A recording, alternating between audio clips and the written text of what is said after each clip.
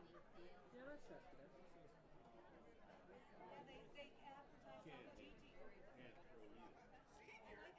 And he got a wooden leg. Yeah, on his back foot to the plate in the air. 400-foot ball lived by the flick of a Yeah, wrist. he can't throw. He can't, man. Doesn't have a well-rounded game. Neither does me. So what was your eating routine?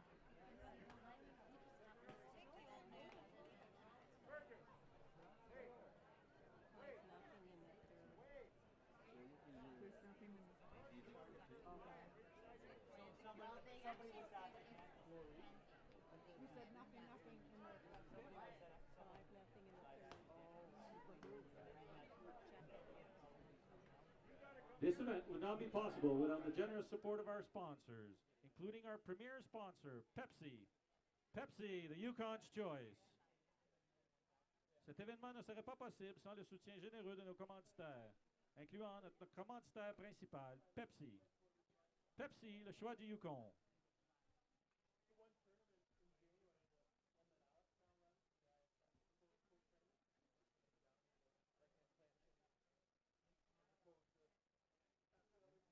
No, they're still at Disney on the other one, but Alex, when he got retired,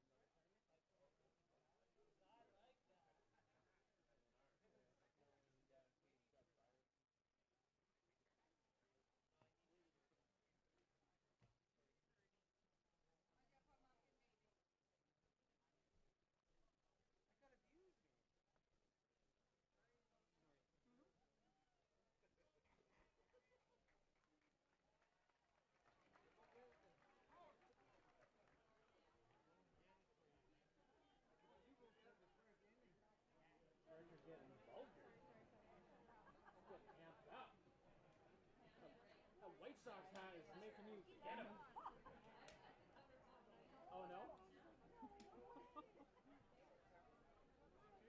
The best part's gonna be is they're gonna come right at you at the third base camera.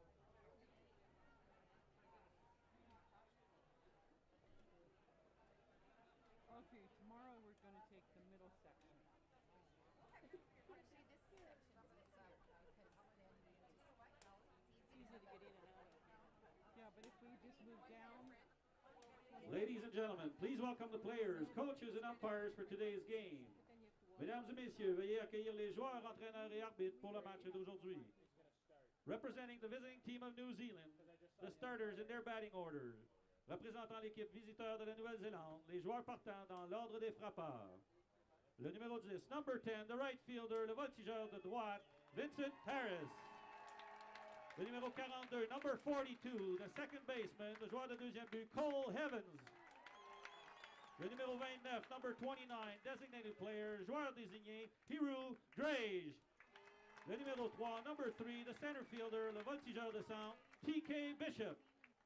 Le numéro 27, number 27, the first baseman, le joueur de premier but, Fraser McLaren.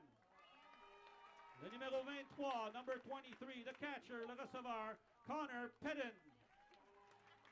Le numéro 12, number 12, the shortstop, l'Areco, Dante Matakahe Tea.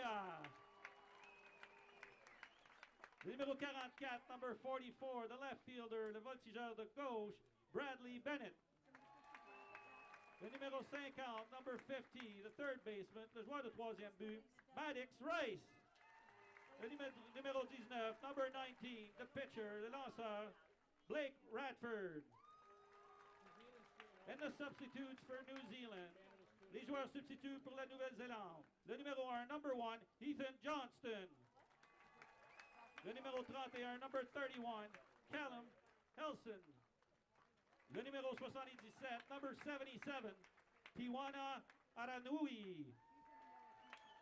Le numéro 18, number 18, Louis Gerard. Le numéro 16, number 16, Luke Boulders.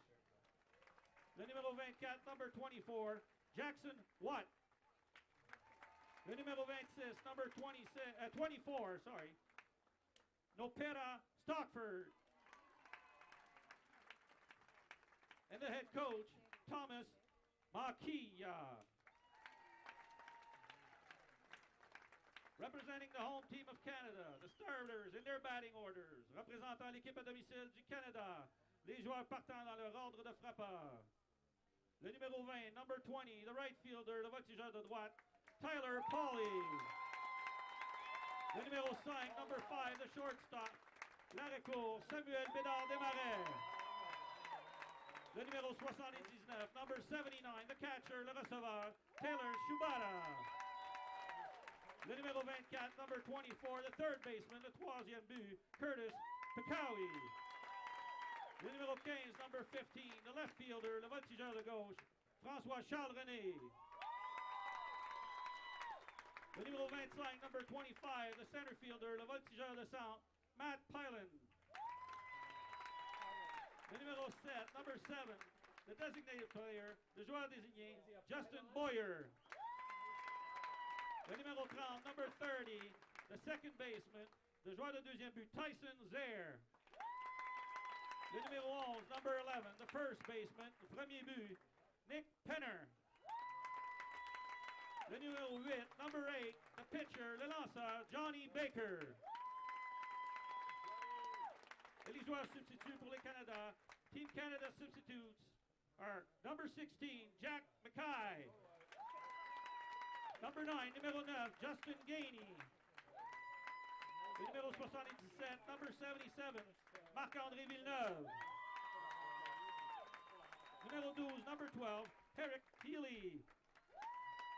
Le numéro 72, number 72, Tyler Randerson. Le numéro 55, number 55, Matt Wardrop. Le numéro 10, number 10, Josh Elliott. And the head coach, Jim Jones, and the rest of the coaching staff. The umpires for today's game, les arbitres du match d'aujourd'hui. At home plate, from the United States, l'arbitre au marbre des États-Unis, David Herdage. At first base umpire from Japan, l'arbitre au premier but du Japon, Motoichi Ueda. The second base umpire from Germany, l'arbitre du deuxième but de l'Allemagne, Thomas Lohnert. The third base umpire from Australia, l'arbitre du troisième but de l'Australie, Jason Carter.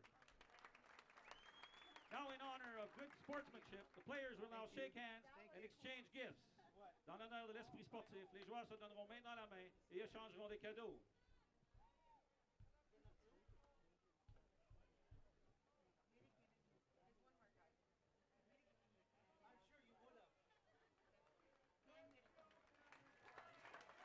Live from the Pepsi Center in Whitehorse, Yukon, Canada, you're watching the 10th ISF Junior Men's Softball Championship on Sports Canada TV from the broadcast crew of Ballpark Radio. I'm Kyle Smith, joined with my broadcast partner Lance Wynn, and as in tradition with New Zealand decked out in their grays, you will witness the premier challenge to the opposing team from New Zealand. Of course, it's the one and only Haka.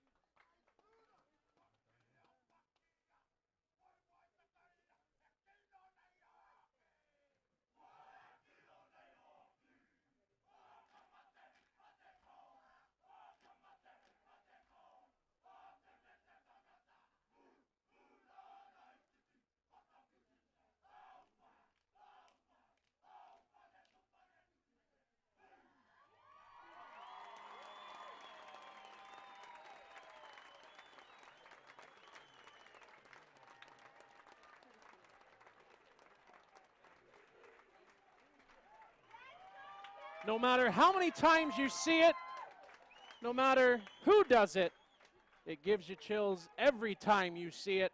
Hello, fastball fans. Welcome back to the Yukon as we get set for our premier game, prime time on Sports Canada TV. Kyle Smith, my broadcast partner to my right, Lance Wynn. And Lance, gives you goosebumps every time you see it done.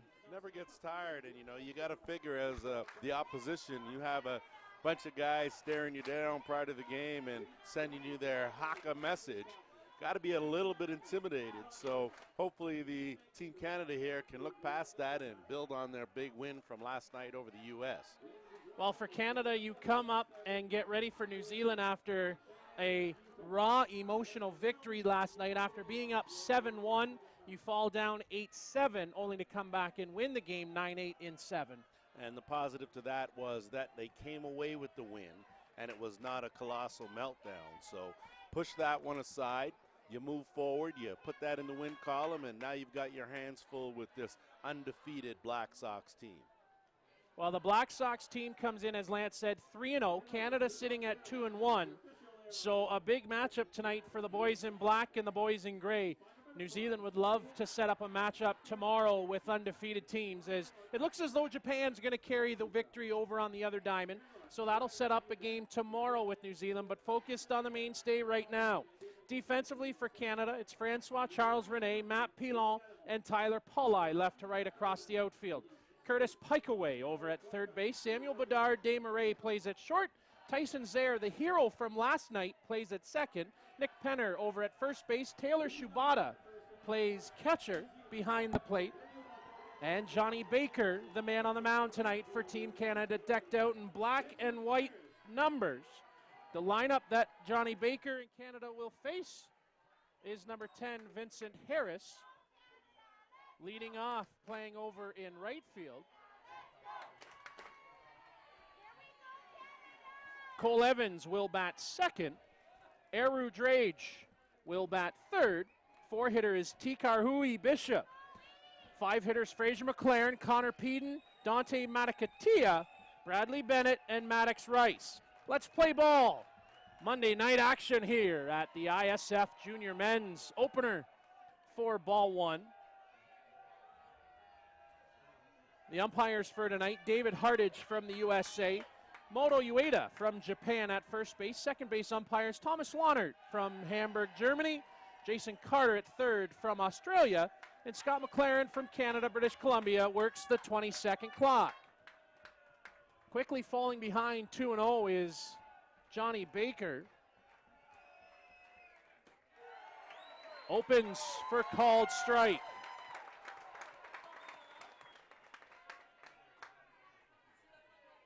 Important inning here for Canada to try to minimize any kind of base runners from New Zealand.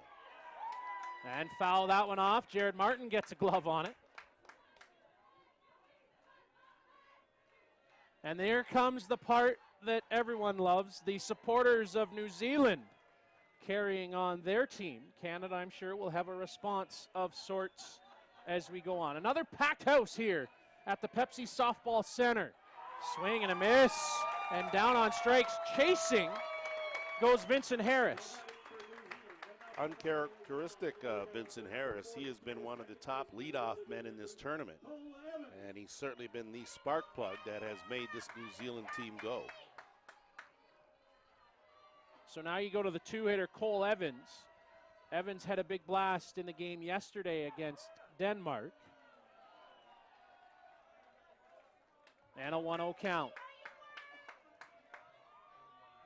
If you're just getting in on the network, welcome to Whitehorse, Yukon.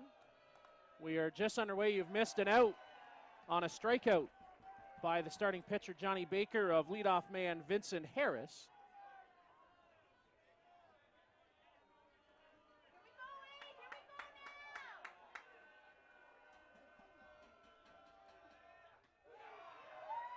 Called for a strike. Good way to end the day if you're in New Zealand. It's about just a hair past 2:30 down in Auckland, and that one gets fouled off. So I'm sure there's not a lot of work getting done down in New Zealand, Lance, as the Temper Zone Junior Black Sox on the diamond here. No, they love their team, and they'll support their team no matter where they are. And certainly, if they're at home, they'll be watching. Baker skipped that one in the dirt. Whether you're at home or you're at work with that boss button. Welcome to the broadcast. Glad you've chosen to spend some quality time here on Sports Canada TV. 3-2 pitch. High fly ball. Here comes Pauli, and he'll make the grab for out number 2. Good start for Canada up to this point. Johnny Baker getting the job done, mixing it up to this tough, hard-hitting lineup.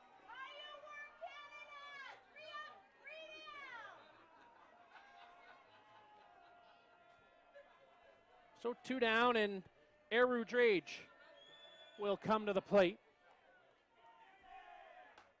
He sends that one on the first pitch up on the left side. In comes Charles Rene for out number 3. So 1-2-3, Lance, exactly how you want to start for Team Canada heading to the bottom of the first inning. We'll bring that to you next, right here on Sports Canada TV.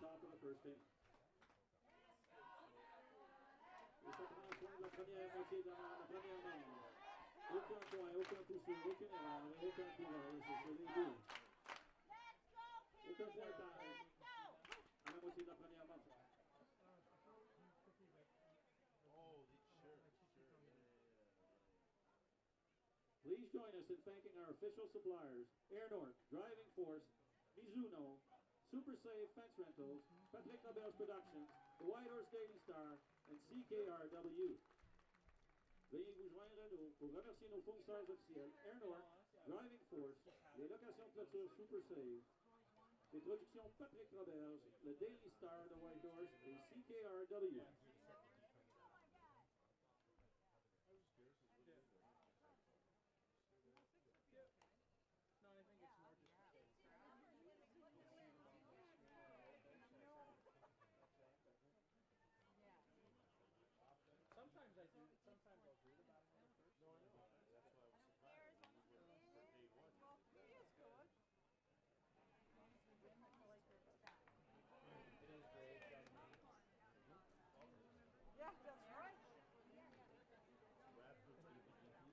No, they'll drop down to 9, so just stroke him off for now.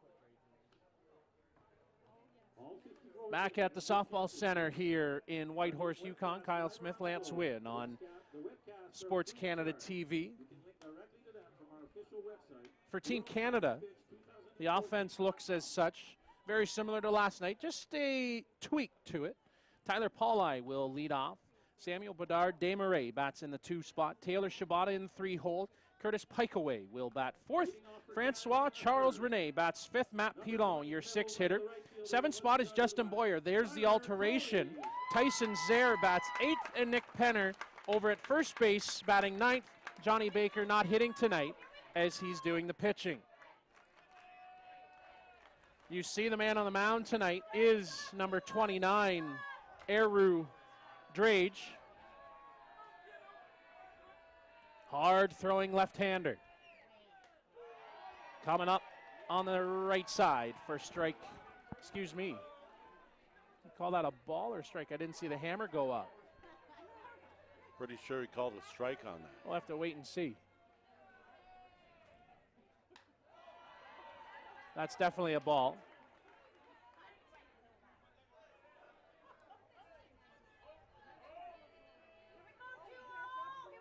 1-1 count. Pauli started last night off with a bang.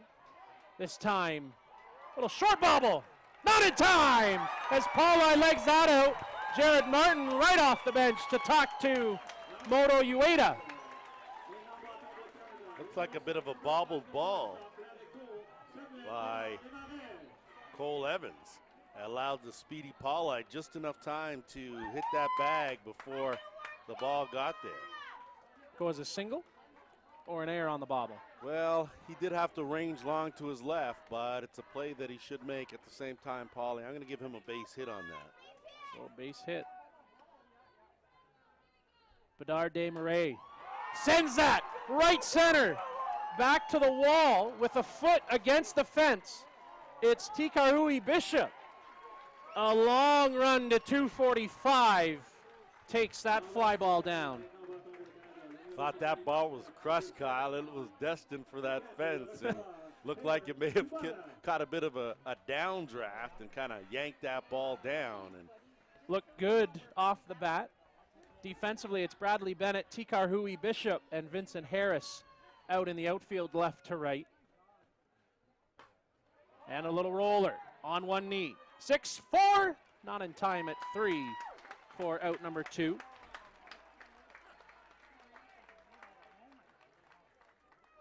So 2 down in the inning, and Shibata with the fielder's choice. 2 out catcher, put the speed back out there. that was a pretty impressive pivot there by Tikahui. That's Sorry, Matakatea. I thought he did a good job there of getting that ball over to second, and a good attempt from Cole Evans to get it over. But they have Tyler Paulai out at first to run for Shibata on the 2-out catcher. Maddox Rice, Dante Matakatea, Cole Evans, and Fraser McLaren around the horn left to right on the infield. Connor Peden back behind the plate today for the Junior Black Sox, and Eru Drage on the mound. Pitch misses for ball 2. Amped up. Best crowd so far this week, Lance Wynn. oh, for sure, they're standing room only, and they're lined up down the left field line and all in center field. Called for a strike. The support that softball gets in the city of Whitehorse is unreal, as this complex is full. Standing room only here in the bleachers. You might be able to find a wedge out on the fence as the count runs 3-1. That's all you would get is a wedge.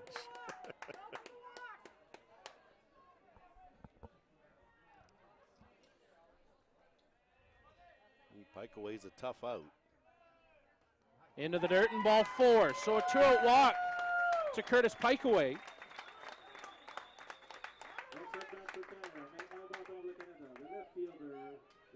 Free passes have been an Achilles heel of most teams here this week, Lance. And there's our first of the ball game.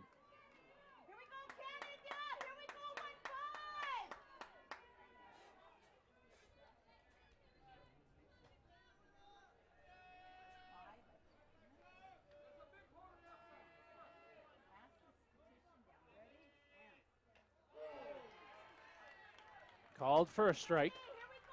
Little miscommunication between Peden and Drage, so they'll get on the same page.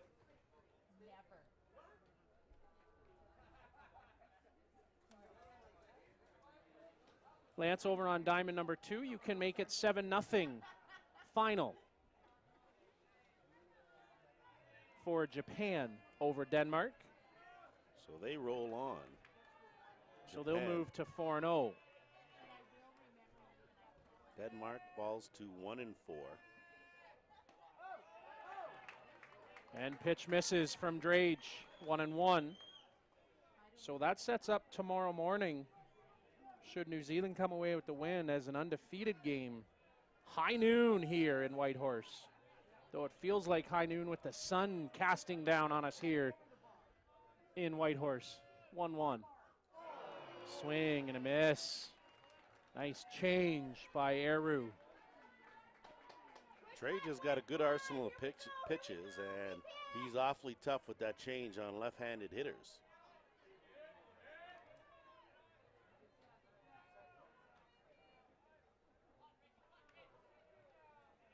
Eru.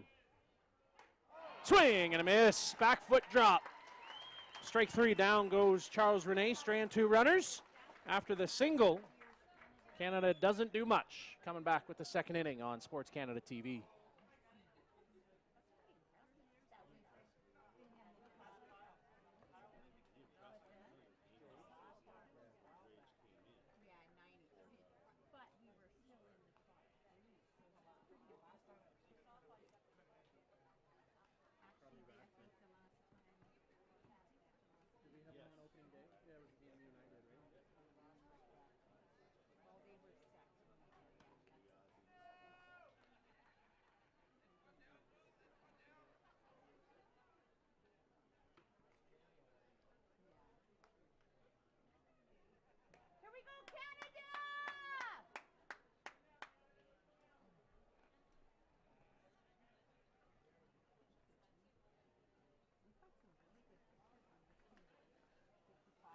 So as we settle back in for the top half of the second inning, Kyle Smith, Lance Wynn along with you here tonight for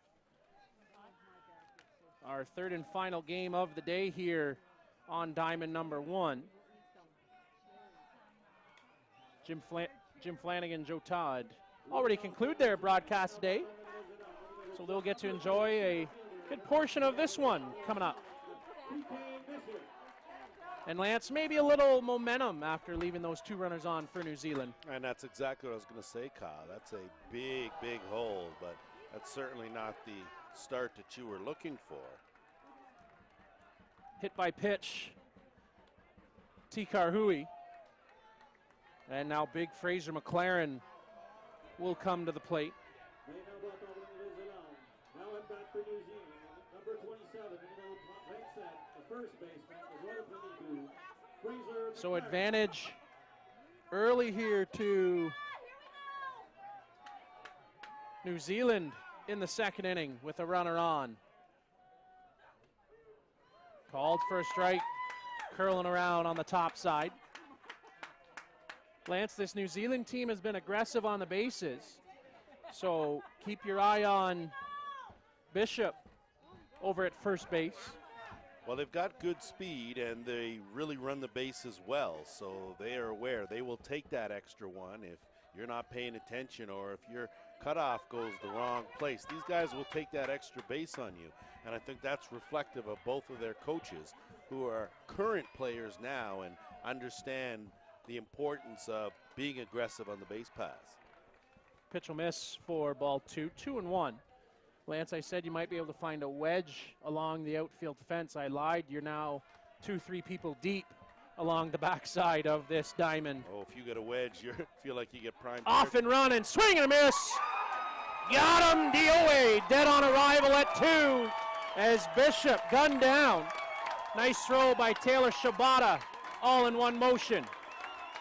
That was a fine, fine throw on the money and in plenty of time to get Bishop. Nice tag by Bedard Desmarais. So 1 down, 2-2.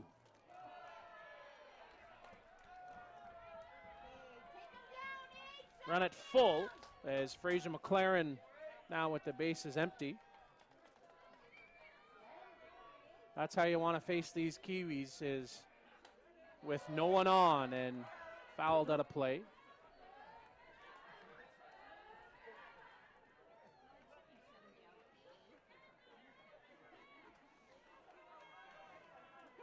Day number 4 here in Whitehorse at the ISF Junior Men's. Called, strike 3. Down on strikes goes Fraser McLaren, looking.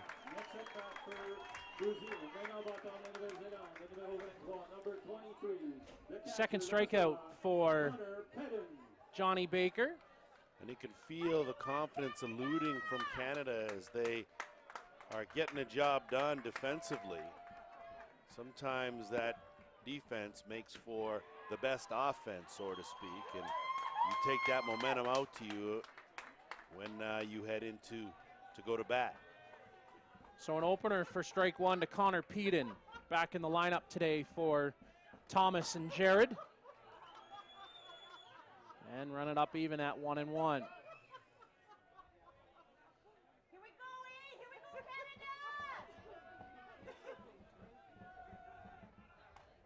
Foul that one off. Peden just got a bat on it. Top side of the handle. Take the count to 1-2.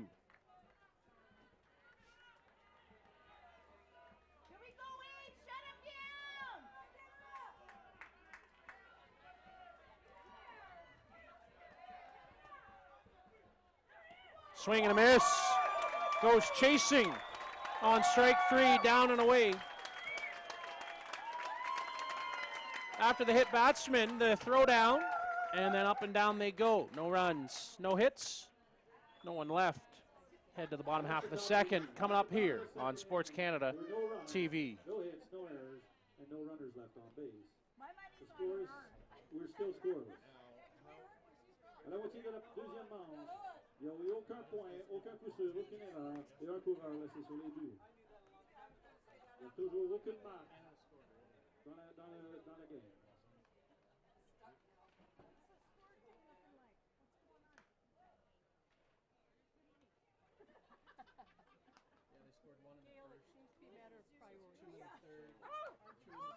The Whitehorse Daily Star is the official newspaper of the 2014 Junior Men's World Softball Championship. Pick up a copy of the Star today.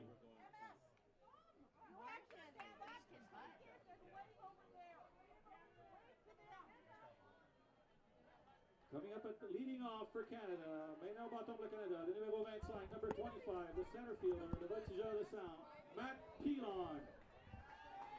So it'll be Pilon who leads things off here for Team Canada.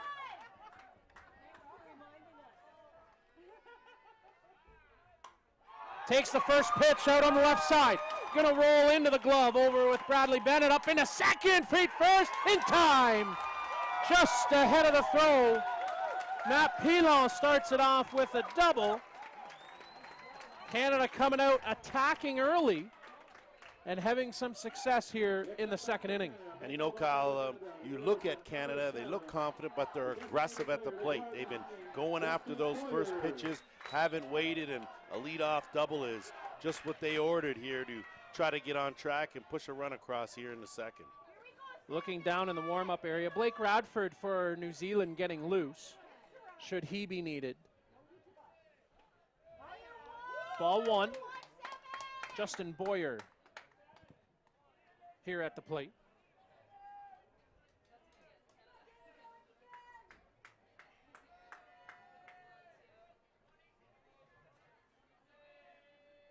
Drage again misses. 2 balls.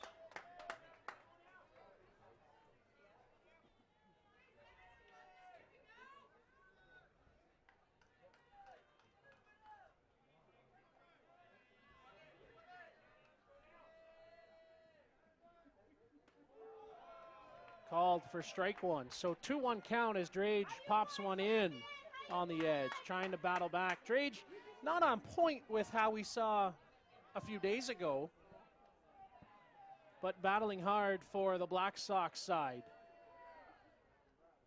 And skips away. Up into third moves Pilon. You're right, Kyle. He doesn't seem to have that same snap that he had when we seen him on opening day. Now, clearly he's not necessarily an overpowering pitcher, but he comes from the left side. He's got good velocity. He's got a change, so he's got a good arsenal to him. It's sometimes it just takes you a while to find that groove, and with a man on third, the pressure's definitely on.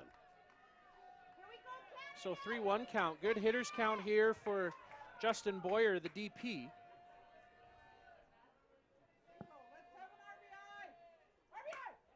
Back up the middle, knocked down by Drage. Almost short arms it. Maybe a little nerve settling in front of the big crowd here. Almost had the alligator arms going there and shorten that up just a bit, but unfortunately not what the doctor ordered. A little green would have gone a long way to cash in Pilon. So Tyson Zare will come to the plate, the hero from last night's game, driving in the winning run for Team Canada. And he'll get a piece of that to foul it off.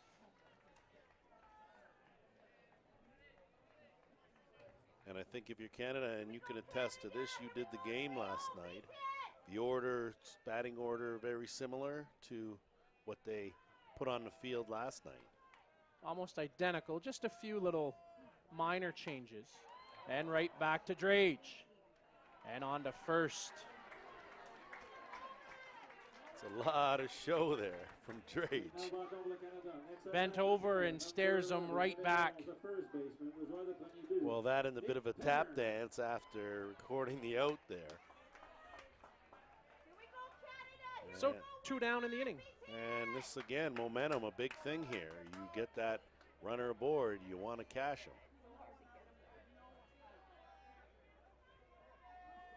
Eru Nice block by Peden. Just getting a leg on it. And clearly Pedens actually must have caught Drage on a number of occasions because he knows that there are quite a few balls going to be in the dirt, and he's very mobile and doing a good job of blocking. This New Zealand team was on tour coming up for about 2 weeks prior to the tournament. And that one will get fouled off, plus all the training that they did in preparation for this tournament.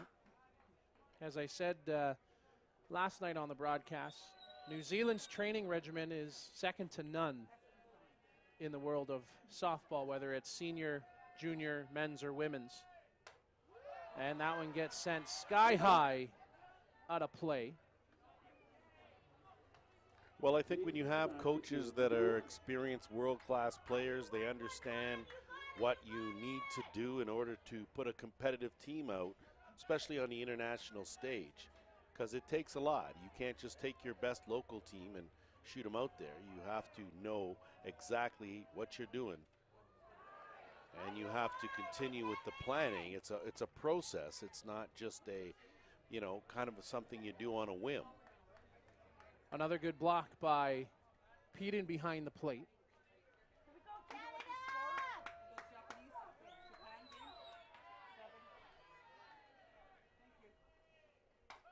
And a bouncer off the glove. A chance here. Hustle, hurry. In time, Canada takes a 1-0 lead. Deflection off the glove of Drage altered the trajectory, and Evans tried with it, then it skipped away from him. So Canada marks first. Well, a very fortuitous bounce there, and you had the third hitter in a row hit a comebacker that Drage managed to get a glove on. Couldn't field that one cleanly like the other two. And good wheels down the line. Swing and a miss. And Lance, believe it or not, a few seats are going to open up down in front as Argentina is going to head home. Back to the hotel and maybe catch this one on Sports Canada TV. Down the line, a fair ball! Around into third. Jones still looking, stop sign goes up. Looks like there could have been some and there is defensive obstruction somewhere. Yes. So they're going to give him up to second as Pauli gets taken out. I looked over at third, didn't see the collision.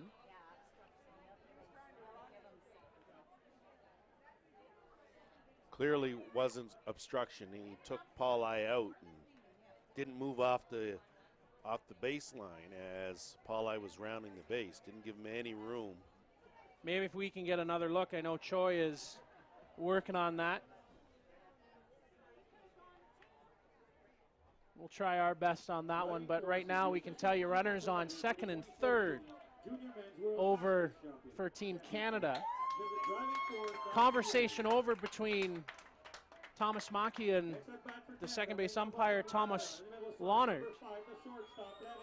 Thank our colleague, Mr. Jim Flanagan, for helping us out, as you can see there. There it is right there as McLaren knocks down Pauli. Good catch by our team. And on the replay as we come back live, that one skips into the dirt. Well, I don't think it was an intentional contact. Nope. I think it was just a smaller man running into a bigger man trying to round the base. Well, a McLaren kind of going out to try and corral that ball. Knocks Pauli down. And when you look at it, it could actually work in New Zealand's favor as it stopped that second run from coming across the plate. Clearly, that ball down the line, and for sure that Penner would have scored on the play. Well, actually, it's still a live ball, so stop sign up. So the run could still have scored. It's just a delayed dead ball until they make a play on the batter. Is that one gets lifted foul, but as soon as they go to make a play on Pauli, the play will go dead. So it's just a delayed dead ball on the obstruction. So Bedard Desmarais at the plate. He flew out back in the first inning. Canada already taken a 1-0 lead here and threatening to score a few more.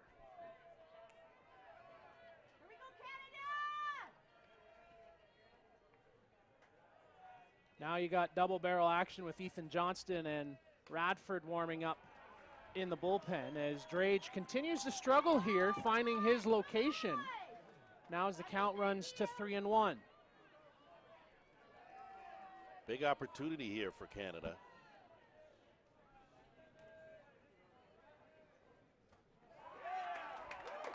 And ball 4.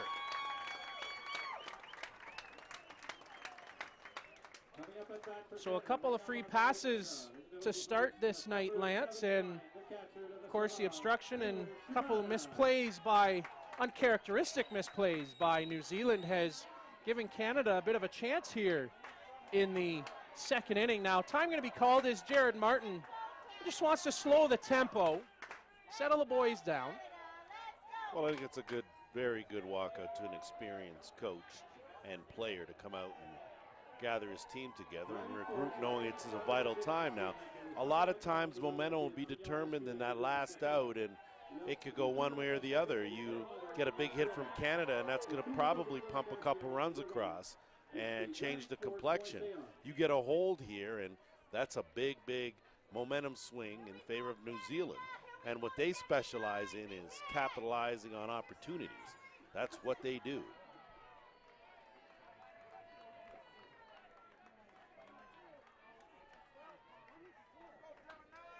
So Drage set to work.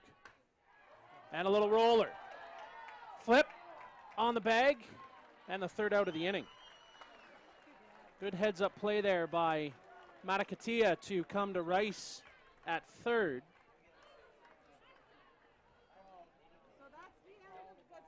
So Canada takes a 1-0 lead as we head to the top half of the third inning on Sports Canada TV.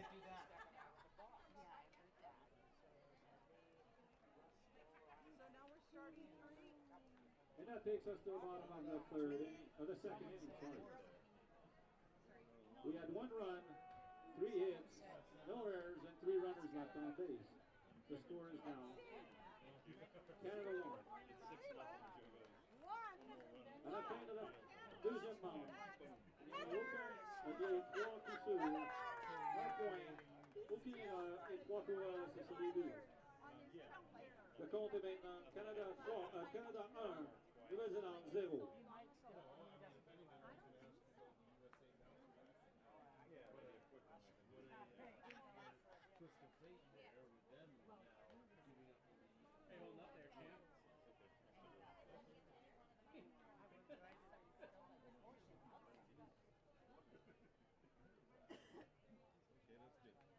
Good job on the replays. You like those uniforms? So then they are for the bottom. I just wanted to see it because I didn't actually see the collision. I was looking over here at the coach. Please join us in thanking our community you're blaming sponsors, me for Northwest standing Town, up. Mid-Mac Toyota, No, I was North looking 60 here when the Petrol, collision Subway, happened. Total Track No, Yukon, you can the stand city up. of I can see Whitehorse. around. Oh, can you? Coming up, leading off for New Zealand, number 12, the shortstop, Daineku, Dante Matakatea. Back here in Whitehorse as the sun continues to shine. The best day here at the ball yard. We approach 8 o'clock on the nose here in Whitehorse. And the sun is beaming down. Called for strike 1 on Dante Matakatia. Leading off for the New Zealand Junior Temper Zone Black Sox. New Zealand still searching for their first hit of the ball game. Called for strike 2. Johnny Baker's been pretty strong up to this point. He's been mixing it up with 3 strikeouts. Contrast the control and accuracy of Baker to Drage. And not a lot of extra runners here for New Zealand as that one comes inside and misses.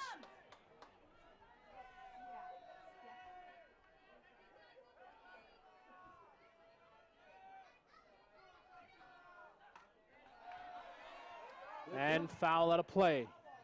Please bring it back behind field number 1. It's so bad, Lance, to find a seat here. People are standing on the bleachers on the other diamond watching this one from afar. And a swing and a miss. Down on strikes goes Matakatia for out number 1. piece of pitching and good mixing up between the battery of Baker and Shibata. This is a very strong hitting New Zealand lineup. Swing and a miss. And missing on that drop ball by quite a lot was Bradley Bennett.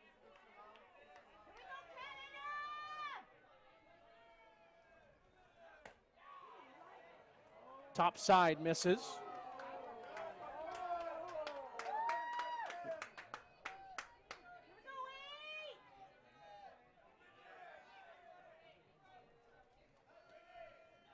Baker off speed, and you could see Bennett cock and then reload to foul that one off. That's what the changeup will do to you.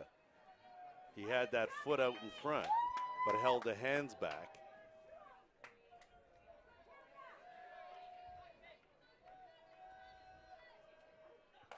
Hot shot down the line, fair ball.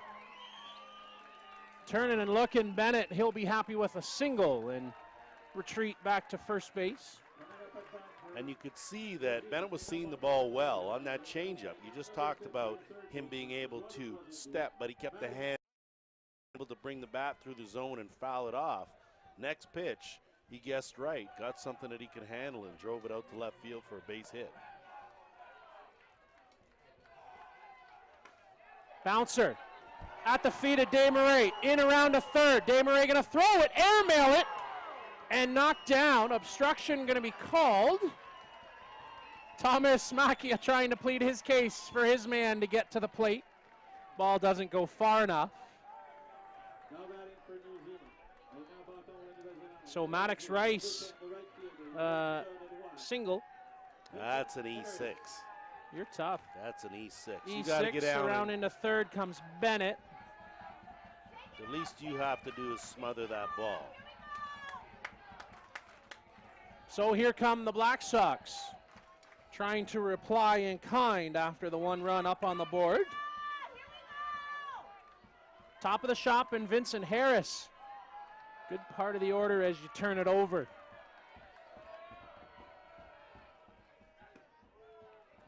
Called a strike.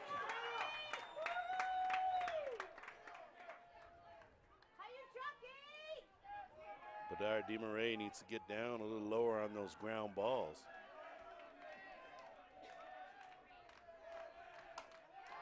Let a fly ball under his pilon, tagging and running, throw to the plate, gonna cut it off into score and tie the game at 1. I don't know, looked like he may have left early, Kyle, from my vantage point. Wonder if anyone's gonna check that, but either way, a good job by Vincent Harris to get the job done. Get a sac fly, earn himself an RBI, and pull the Black Sox even here at 1.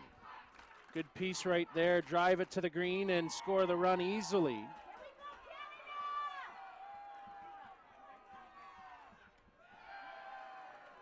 Into the dirt for a ball. Cole Evans at the plate. Runner at third is Maddox Rice. And a little flare. Bleeder on the left, giving chase is Charles Rene, but he just cannot get there. As I look down on the left side, Lance, they're about 4 deep in the gallery on the left side. Sure, and this is a big at bat here for both teams. Important that Canada able to hold on. Baker, off speed, just off the plate. Good mix, good place to miss with that change. You miss with that over the plate and it could get parked somewhere over the fence. Evans flew out to right field his first time through and now works the count to 2-1.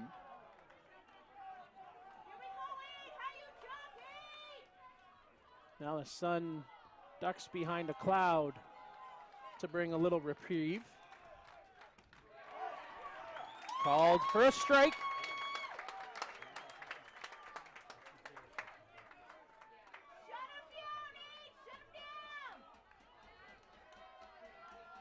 One down in the inning.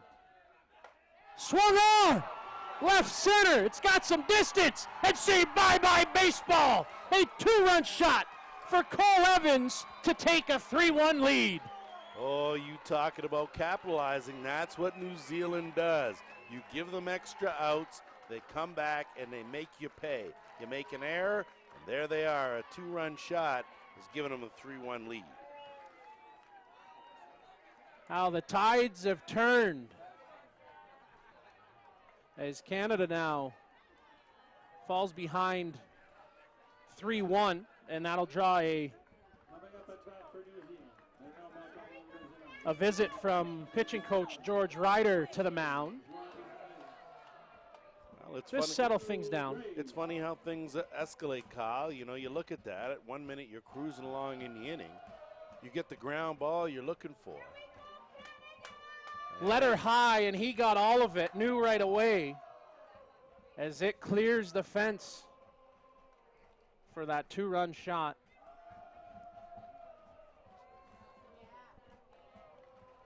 So that talk about giving your team a jolt. Cole Evans certainly did that. Man, oh man. You could see a lot of Canadian fans just a little let down, but it's still early, lots of ball left. Just here in the top of the third. So Eru Drage, he'll take first strike. Got to be careful here, Kyle. You're still in the meat of the order with some good hitters coming up. You still got that 1 out to get. That one through the wickets for a ball. Yeah, I got that with the uniform.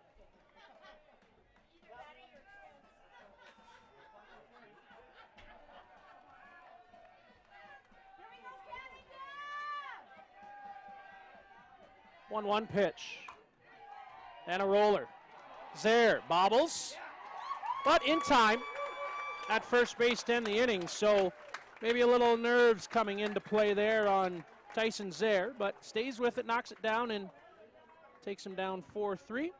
And he'll end the inning, but 3 runs come across on 2 hits, 1 error, and no one left.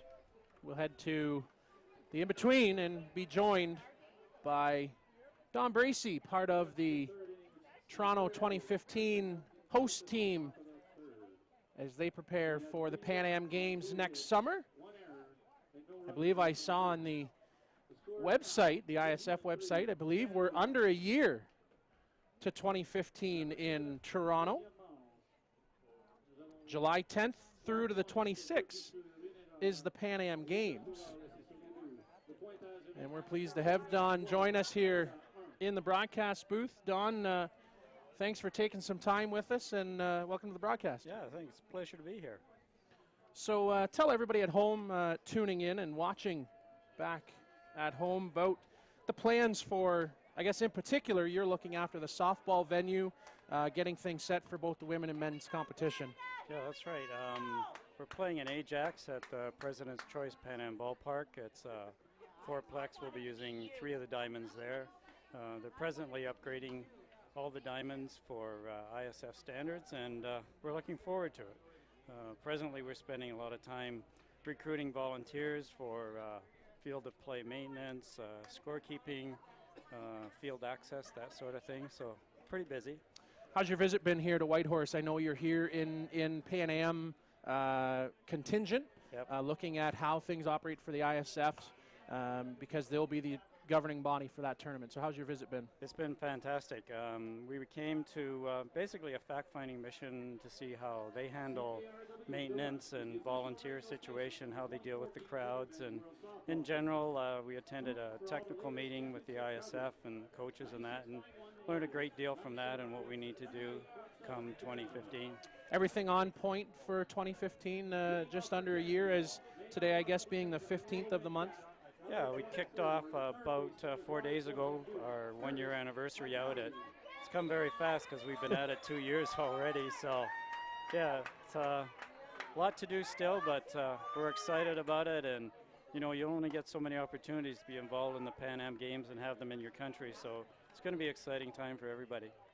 Why don't you give us the website where people can reach you as Curtis Pikeway at the plate and fouls that one off? Yeah, basically, I believe it's Toronto2015.org. You can go and find general information, or you can contact me at softball at Toronto2015.org. So if you want to get involved with the softball tournament, I guess there's two. Now, they coincide with one another or 1 week after another? Yeah, the men's starts on July the 12th and runs to the 18th. And then the women's take over on July 19th and run through the 26th. There's 6 teams on both the men's and the women's side. It's a single round robin. So right now the women's teams represented are Canada, US, Cuba, Puerto Rico, the Dominican, and Brazil.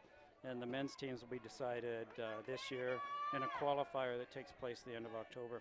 That, of course, taking place in Argentina later on, as Don said, in October, as Pikeway fouls that one off to stay alive, run the count now at 1 ball and 2 strikes. As you see, a new pitcher for New Zealand in the ball game, as that being number 19, Blake Radford. He comes on in relief from Eru Drage. So Radford with it, swing and a miss. Down on strikes goes Pikeway.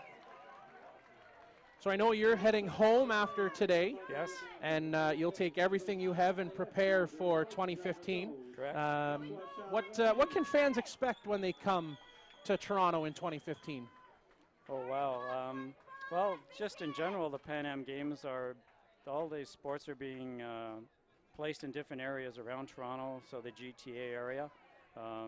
The softball venue is also a baseball venue, so lots of ball going on in the Ajax area.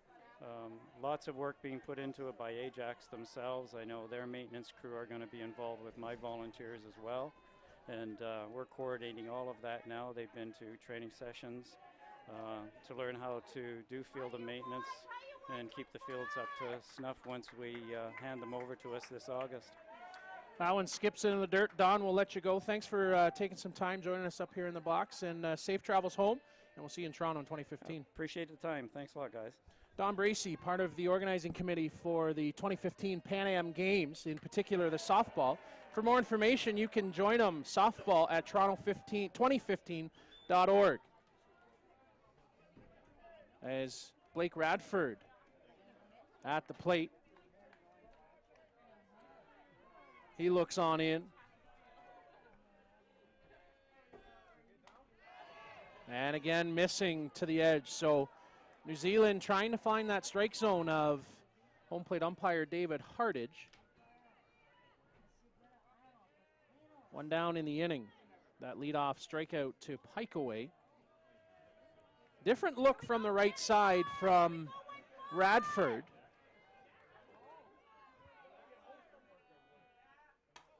And Renee lifts that one up on the left side right away for out number 2. 2 down, and Matt Pilon now will come to the plate.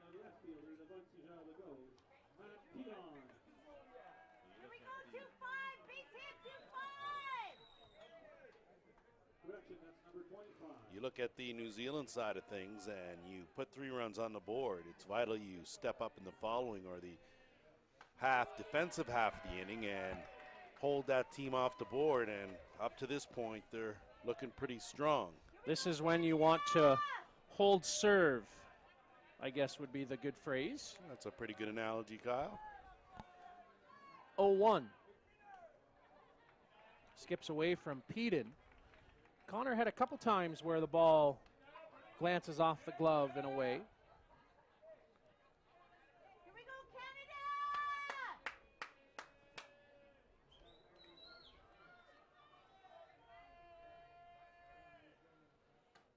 Radford just comes inside and continues to miss. Down. Look like all the infielders, including Drage, want to come in and see where exactly was that pitch. Well, you can see Connor Peden maybe shaking his head and having a conversation with David Hardage just about where that's missing. Connor none too happy, it seems. Off the glove of Radford. And Pilon digging for 2. In time, just ahead of the throw again. Good hustle from Pilon. He read that like a book. Ball hit hard. That play, Lance, very similar to what New Zealand will do to teams. As the ball just glances off, he will take advantage in 60 feet more. So again, in the scoring position, as that one didn't get any too far away from the infield, and not afraid to take chances, Matt Pilon. Well, there was no hesitation. He read the play perfectly. It was in front of him, so he did a good job of being aggressive and sliding in there safe. So a little something here. If Canada could put together, push something across with 2 out, it'll go a long way to sort of righting the ship. Justin Boyer now comes to the plate. He takes for strike 1. Maybe that conversation and working on for his pitcher gets him that knee call, conveying his message. And lifted out towards center. That's going to carry and gone. Say bye-bye baseball. A 2-run shot just over the fence for Justin Boyer, and you can tie this one up at 3. Oh, you talk about turning the tables. New Zealand usually the team to capitalize. How about Canada with a 2-out rally to battle their way back and tie this ball game? So Boyer comes off the bench last night into the ball game and punctuates a 2-run shot.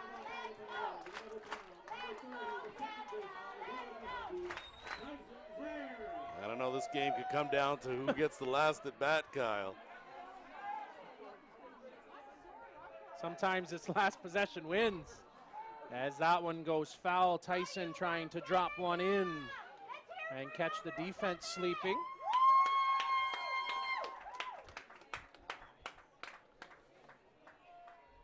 Here we go, 3-0, here we go. So 3s are wild up on the board.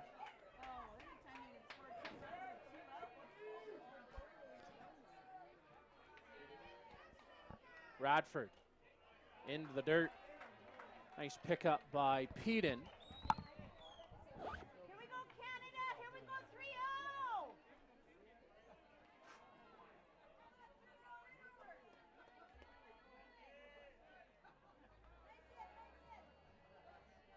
Radford works to Zaire in a little roller. Tyson up the line, not in time. Little miscommunication between the third baseman, Rice and Radford, as they maybe bump shoulders. And with 2 out, Canada keeps it moving. I don't know, I have to score that a single, Kyle. Yeah, absolutely. That was a beautiful bunt.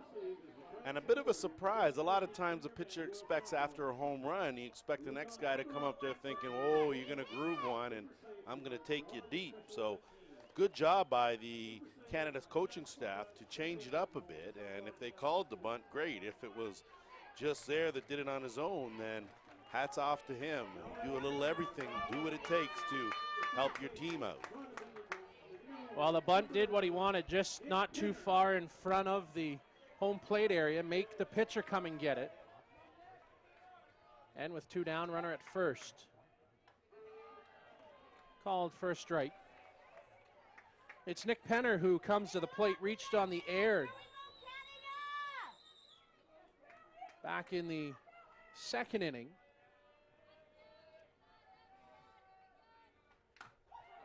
And a bouncer, Evans.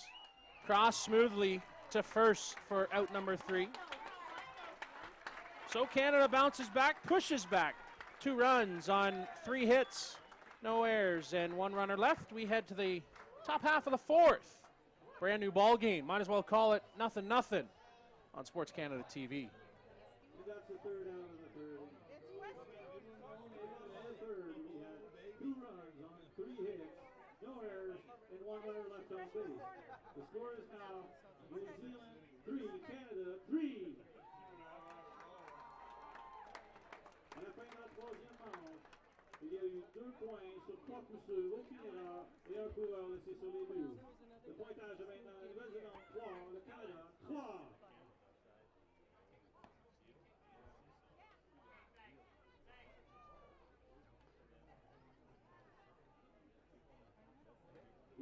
would like to recognize Mizuno as the official supplier of softballs and umpire uniforms for the 2014 Junior Men's World Softball Championship. Mizuno is the only softball used at the ISF World Competition. ISF voudrait reconnaître Mizuno étant le fournisseur officiel des uniformes d'arbitre et de balles pour le championnat du monde de softball junior masculin. Mizuno est la balle de choix des compétitions mondiales de l'ISF. So as we move into the top half of the fourth inning, it's a brand new ball game here on Sports Canada TV. Kyle Smith-Lanswin here with you. And the meat of the order coming up here for New Zealand in the 4, 5, and 6 batters. Well, I won't say the meat, but on this lineup, that's pretty meaty. Tikarhui Bishop will come to the plate. He was hit by a pitch the last time to the plate, his only time to the plate. Establishing that inside corner again here this inning is Baker.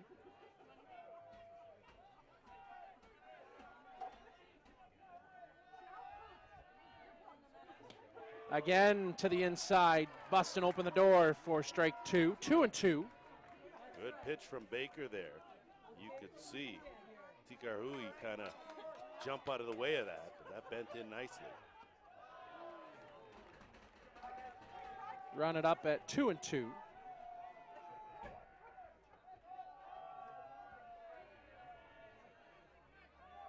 Oh, 3-2, excuse me. Inside called, strike 3. And Bishop thought he had gotten a walk. Down he goes. 1 in the inning. That's a good way to start after tying this ball game.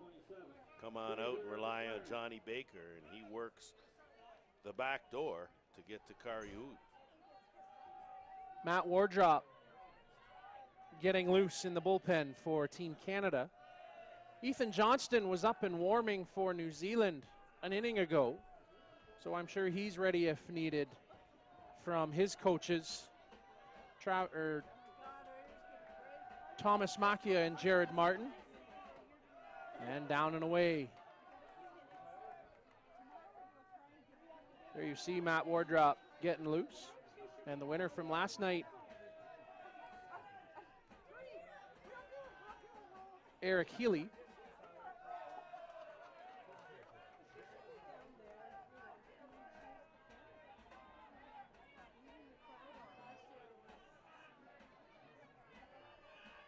Got a battle back here, does Baker. Called for a strike. Fraser McLaren at the plate, struck out looking his first time through. Wants to get an answer to the run. There's a flare out down on the ground and base hit for the big man. Good seeing eye hit from Fraser. Now batting for New Zealand. Number 23, the catcher, Minnesota, Connor Tedden.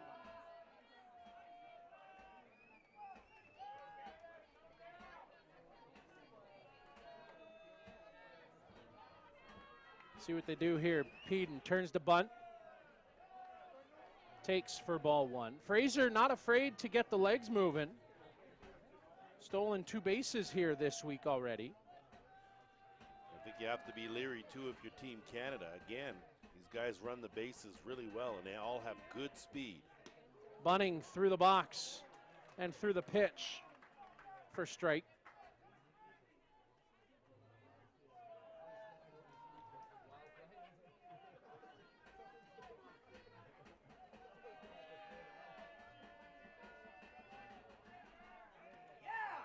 Again, right on through. Peden can't get the job done on the bunt, so look for him to be swinging. 1 down in the inning on a 1-2 count. Tied at 3. And bounces foul as Connor stays alive. Baker's pitched a fine game up to this point. It's really his defense that let him down in the 3rd. Johnston goes to warm again.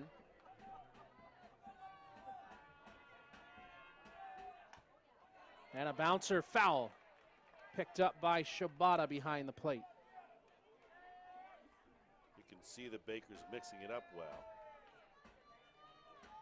It's clear because Peden is doing a little bit of guessing up there. And into the dirt. Take it to 2-2. Johnny Baker, a mainstay in this Team Canada lineup, has played first in their first 3 games. Now tonight finds his way to the middle of the diamond. Came up with a big home run in their opener. And right back up where it came from by Peden.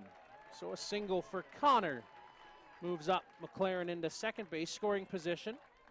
And one down in the inning will take it to Dante Matakatia. I think it might be a good time for a conference, and sure enough it is. Jim Jones comes to the mound. Looks like Matt Wardrop has been warming in the bullpen, and he's going to take over.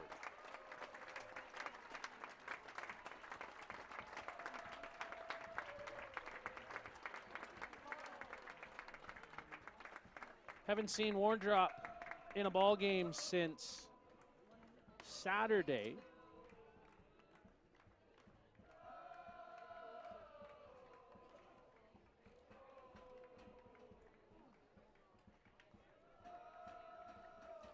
As he will get loose.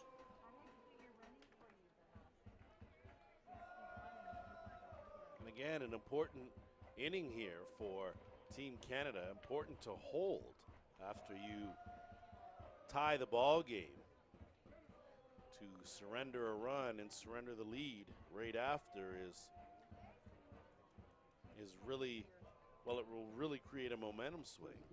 Canada scooped back the momentum with the 2 spot to tie it up. That in response to the 3 runs New Zealand put up in the top of the 3rd.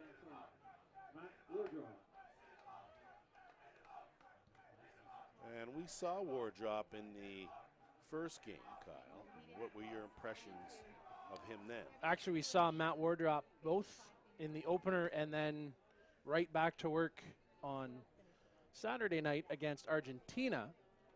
Saturday night didn't look as sharp as Friday night, but moves the ball well, picks his spots, offers a variety of pitches, has all the tools at his disposal. After maybe a day rest, he'll be fresh and ready to go. The Black Sox fired up on the bench, getting ready for Wardrop's appearance. Scores all up at 3 with 1 down here in the 4th inning. Kyle Smith, Lance Wynn from Ballpark Radio joining forces this week with Sports Canada TV. Jim Flanagan and Joe Todd. We're on over on diamond number 2 today, enjoying this one like the rest of them. I want to say special thanks to Troy Brown, Cap Britton, Harmon Odula, Randy Strickland, and Jazz Hurrier, who are working on this game with us in Whitehorse, bringing you all the sights you see and making us look good here in Whitehorse. That is a tall task with Lance Wynn on the broadcast crew, as that one falls down and away. That's fair. You owe me, and I'll be sure to get you back somewhere down the road, so that's fine. They used to call us friends. That one will go foul on the bunt attempt by Matakatia.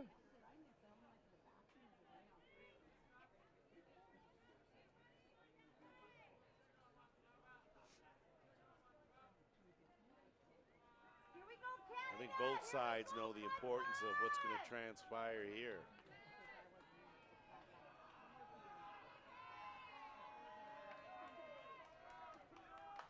Check swing. Zaire didn't hold his spot. McLaren around in to score. And up into 3rd goes Peden, put runners on the corners. On the bunt shown by Matakatia, had Tyson Zaire biting as He traveled over, so a single with the RBI drives in the 4th run for New Zealand. They'll jump out 4-3.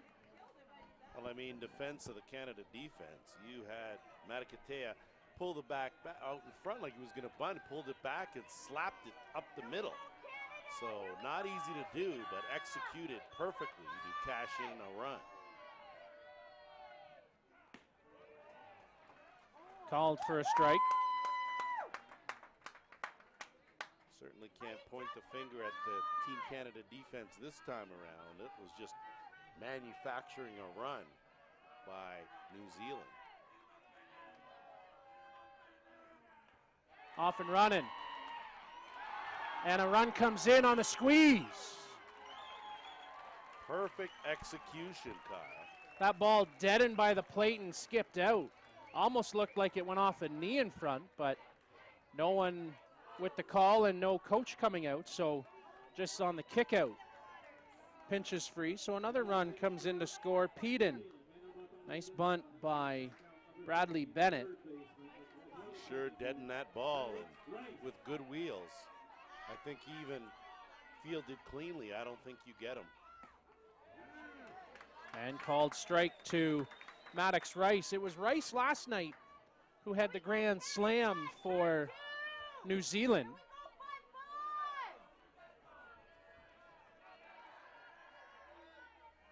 There's Wardrop. And a bunt again. Didn't go. And Mr. Ueda makes a whole bunch of brand new friends. It's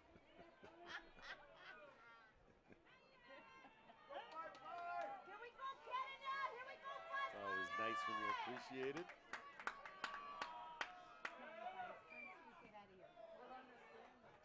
Throw down. Ball jumps out. And all hands safe. I think that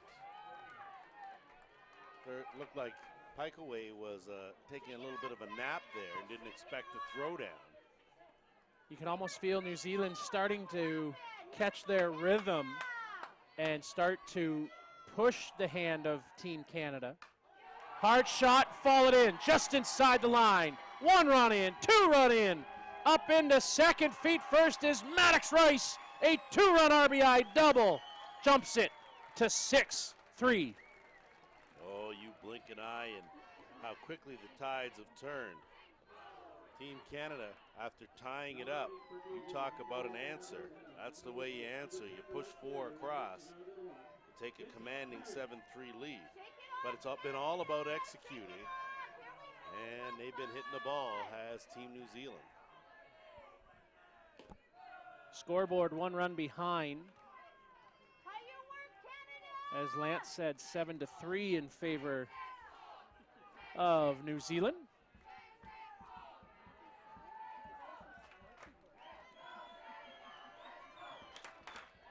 Wardrop.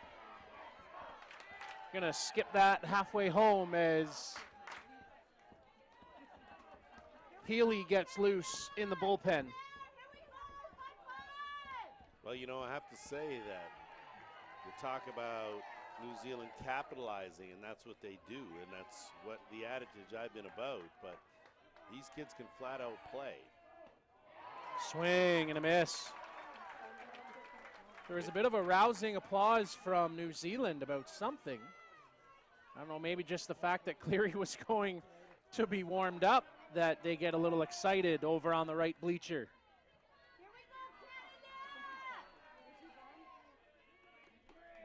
Bunt down, Wardrop, bare hand.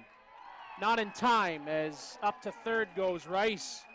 Corner infielders got to be aware of that play as New Zealand not afraid to drop down bunts. That was a perfect bunt. And talk about reading the play again. Pikaway too deep at third. And Harris, of course, the leadoff man. You got to know he's got good speed. And he laid that down. Game of adjustments now, Lance. Now you have to adjust. Infielders have to know the bunt possibility and have a wary glove. Cole Evans, 1 for 2 with that big home run. back in the third inning. Wardrop called for a strike. Canada jumped out in front 1-0 in the second. And a quick response 3 in the third for New Zealand. A quick comeback 2 for Canada, tied at 3. And now 4 more here in the fourth for New Zealand, taking a 7-3 lead. Down and away for a ball.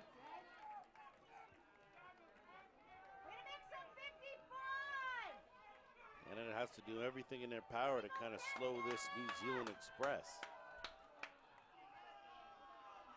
Or drop. Bunt again.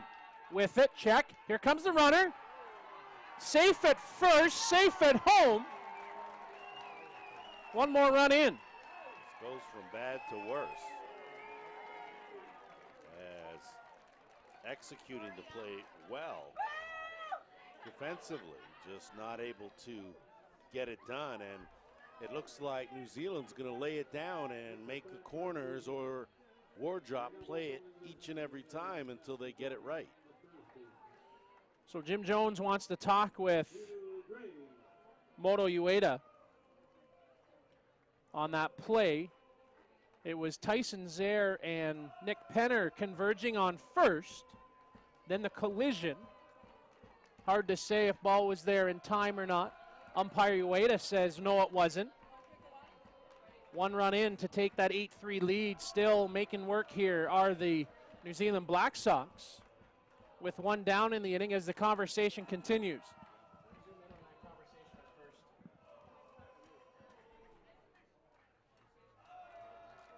As Jones exits stage left, seems appeased at least with the answer he was given from Moto Ueda.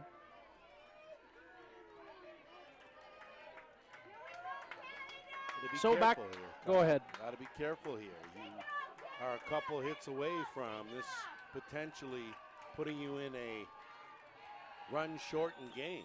And Drage swung on. Pilon running across, makes the grab, around in to score. All the way from second on the tag, coast to coast, safe at 3. My oh my, aggressive base running by New Zealand. A tag up at second to score at home. Almost never see that in the game of fastball. Well, we saw that the last time New Zealand played. These guys do not, they read the play and they are not about to break stride. They will press it and make you have to make that perfect toss home to get them. Other than that, boy, that was an impressive tag up. On a drive to the gap in left center, you tag up from second base and race around to score without a throw. I mean, that's pretty impressive. He scored easily from second base, too. Easily. So Tikarui Bishop, he led things off this inning, so a bat-around inning for New Zealand as they have woken from a bit of a slow slumber. Didn't go, so the count will stay at the plate. And Mr. Ueda continues to make friends here in the crowd. That one not so close. Didn't bring the bat around. Wardrop, 1-0 pitch. And out in front is Bishop. Boy, so a big inning for New Zealand, Lance. Well, you talk about taking the wind of the Team Canada sail.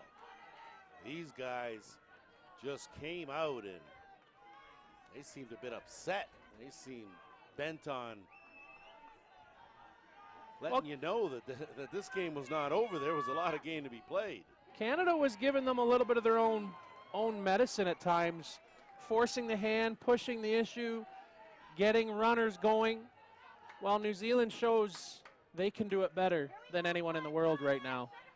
It was Tikarui that led off this inning, got caught looking, and things were looking pretty positive for Team Canada at that point. 9 batters later. And Arise misses, 2-2. Tikarui comes back up for his second at bat of the inning. Bookend the 9s with the outs in the inning. So 2 down, and Bishop hit by a pitch and a strikeout tonight. Off speed, good weight back and fouling it out. floor drop hasn't exactly came in and stopped the bleeding, but sometimes a team just gets on a roll and it doesn't matter who comes in. Swing and a miss. Down on strikes. Strike him out. Not once, but twice in the inning. It does the trick. 6 runs come across here in the 4th inning. Let's go to the bottom half. Canada regroup, recontrol. You can see it right there on your screen. Enjoy that conversation. We'll take a break and come back on Sports Canada TV.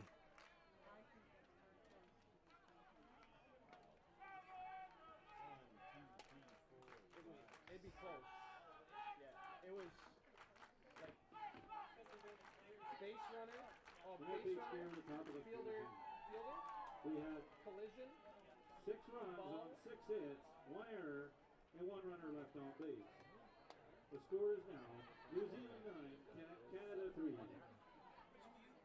À la moitié de la 4e manche, il y a eu 6 points sur 6 coups sûrs, une erreur et un coureur laissé sur les 12.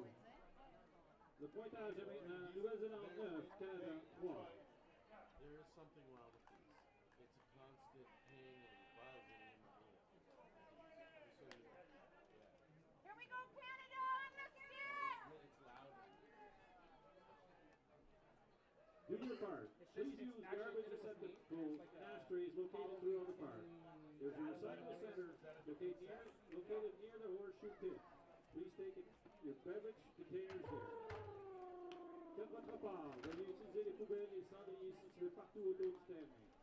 Il y a un centre de recyclage situé près de la zone des fers à cheval. Veuillez apporter vos bouteilles et canettes là. Number 2.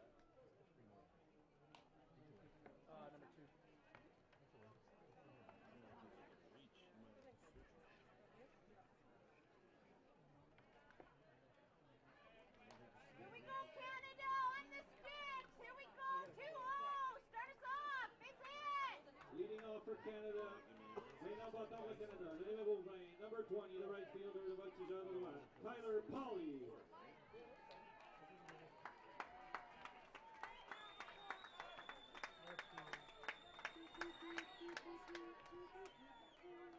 we go, 2-0.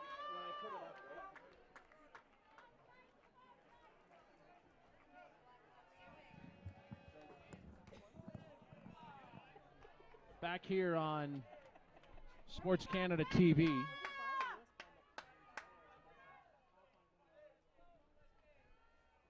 Kyle Smith, Lance Wynn here with you. And that one called for strike. So a big momentum swing there, Kyle. 6 runs pushed across by the Black Sox. And a lot of work now for Team Canada to do here. That ball lifted out to center field, almost a diving catch. But Takari Hui can't come up with it. So a leadoff hit. Leadoff double for Tyler Polai.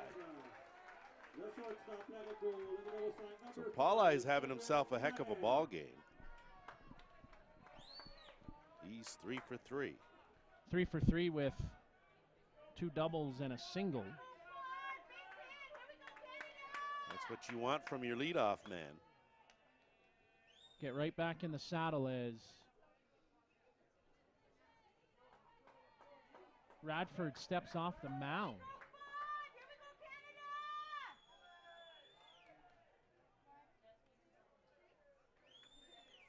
Samuel Bedard Desmarais. And that one went off his foot. How does no one get that? I think now you go. Now you help. go. Yeah. There we go. There's. Well, it was impossible for a home plate umpire to see that. There was just no way he could. Somebody's got to get that quicker, though. Well, you're right. Standing right down there on first base, you got to figure that it was pretty evident to everyone on this side of the bleachers anyway that it was a foul ball.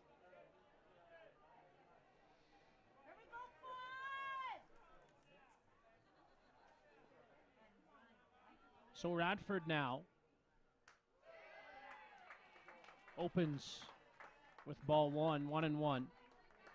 Bedard Desmarais has a walk on the night and a flyout back in the first inning. 9-3 now in favor of Team New Zealand. And pop a strike for Radford.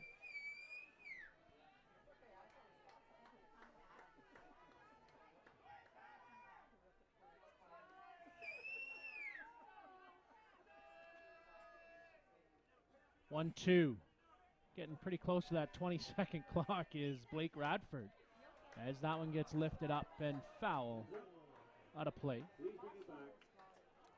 And I'm not quite sure, I'm certainly not a meteorologist, but when I see this big cloud that's just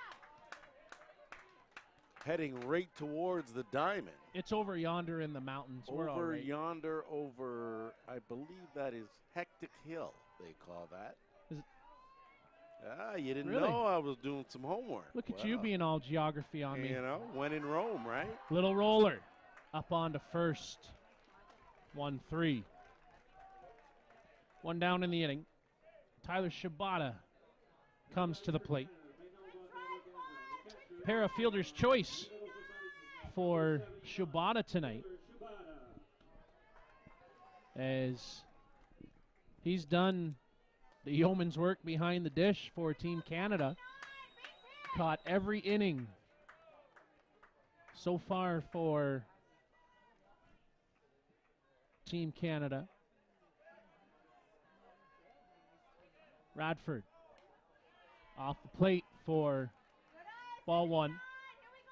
And I mean, psychologically, Kyle, if Canada can just push a run across here, that will give them a little bit of edge. With a hold, then they can get back at her again in the fifth and see if they can't chip away at that lead. Radford busts inside for strike one. Working away here.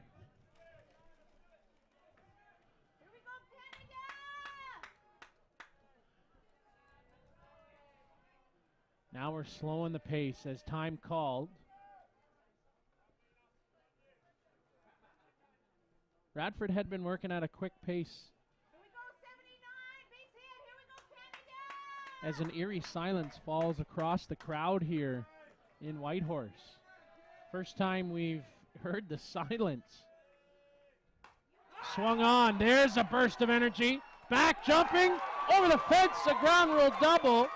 Paulai will score from second on the double. And Shibata, an RBI hit.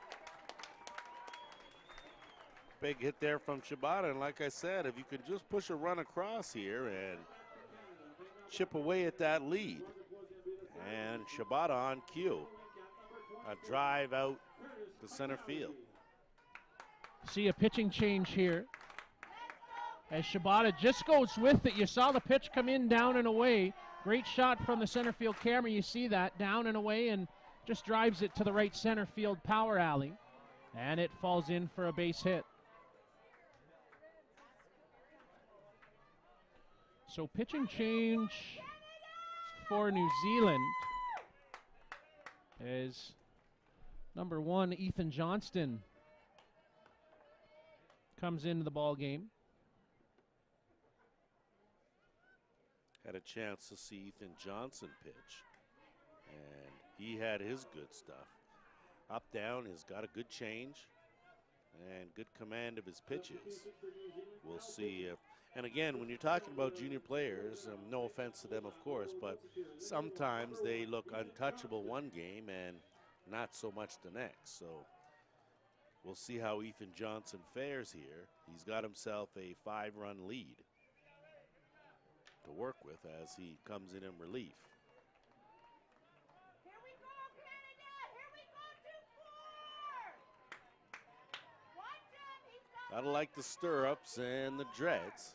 So certainly got his own style going on. Ethan doesn't go very big, but boy, oh boy, does that ball explode from the hand. Gets on you in a hurry, just like that rise from number one. And I may need a little something from Pike away. a walk and a strikeout.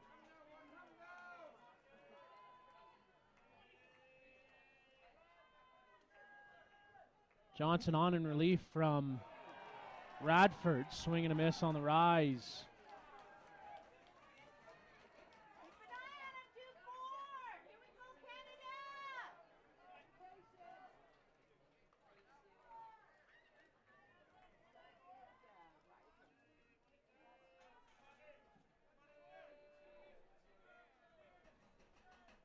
Johnston, 0-2. Called strike 3. Pike away. Good morning, good afternoon, and good night. Now batting for Canada. 2 down in the inning. I told you this Johnson kid, he's sneaky fast. Got a good rise ball, and we found that in that previous game that he, in actuality, didn't pull out the changeup till a little later, having been in there for 3 innings. So we'll see if that's the case or if he goes right ahead and does what he has to do now. Looks like the 2-out catcher rule in effect. So Pike away heads to second to run for Shibata. Get a hit here from Charles Rene, and again, you're chipping away at this lead. Vital, though, that you come out and are able to hold and not allow a New Zealand run and quickly get your team back out there. Oh, now we're going to change that. Not 100% sure why. I'm perplexed by this again. It's okay, don't hurt yourself and don't hurt your brain. Francois Charles Rene now will come to the plate. Now, I thought on that rule you had your choice of who you wanted to use, no? Last available batter in the inning, which would be Pike away. Called for a strike. You take the hitter, you move up from there. Well, maybe you need to have a meeting with these umpires and set them straight. I'll leave that to the UIC Bob Stanton. You will you? That's awfully nice of you. 0-1, bunt attempt just over the glove of Peden. Was still kind of in a crouch when he reached for that one.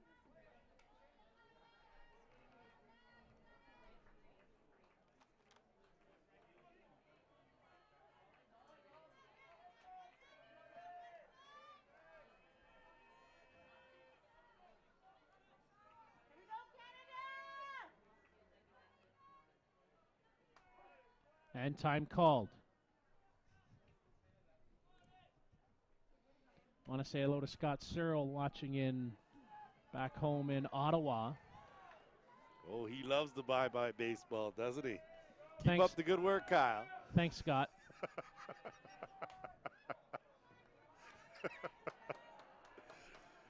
Miss you too, Scott. Pitch misses, 1 ball and 2. You know, viewers, he really is a nice guy in person sometimes. 1 ball, 2 strikes, 2 down here in the inning. Ethan Johnston works and fought off, but into the glove of Matakatia for out number 3. So we'll end the inning. 1 run gets pushed across, though, on 2 hits. No errors and 1 runner left. We head to the top half of the 5th. 9-4 in favor of New Zealand.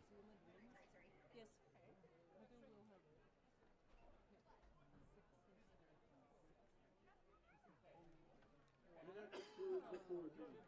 Bottom of the 4th, we had 1 run on 2 hits, no errors, and 1 runner left on base. The score is now New Zealand 9, Canada 4. À la fin de la 4e manche, il y a eu 1 point sur 2 coups sûrs, aucune erreur et 1 coureur sur son début. Le pointage est maintenant aux Nouvelle-Zélande 9, le Canada 4.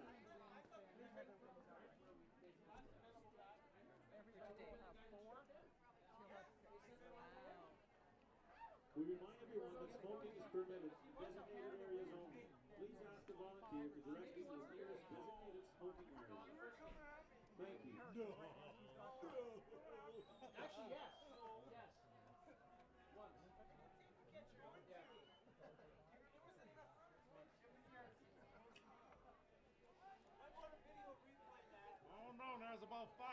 threes out there, but you didn't call in. Now you're only on three. Okay. There were two, I swear. Middle net set number 27, Fraser McLaren. What? Oh, that harassing umpire. No, is that Heather? No, that's you? Oh, okay. They look pretty similar. Way to go, Helen. Back to the action here as Matt Wardrop opens with ball one. And Matt Pilon has had himself an outstanding ball game up to this point, although looks like, I'm sorry, that is Fraser McLaren, and he's 1 for 2. So I wouldn't say an outstanding ball game, but he certainly contributed to this 9-4 New Zealand lead. Well, Singleton scored back in the 4th inning and a strikeout in inning number 2. Off speed, misses for a ball. Kyle Smith, Lance Wynn here on Sports Canada TV, of course, from Ballpark Radio. And time called. Looking down towards left field where the boys getting loose.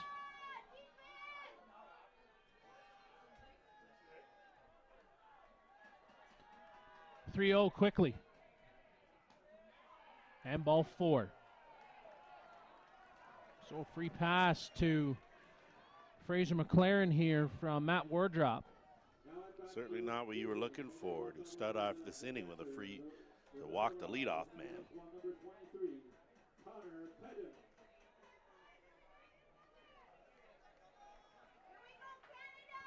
There you see Connor Peden. Singleton scored in the 4th inning. And a bunt down. Fair ball. Out at first. Nice footwork by Peden to get around that ball as he dragged it up the line with him.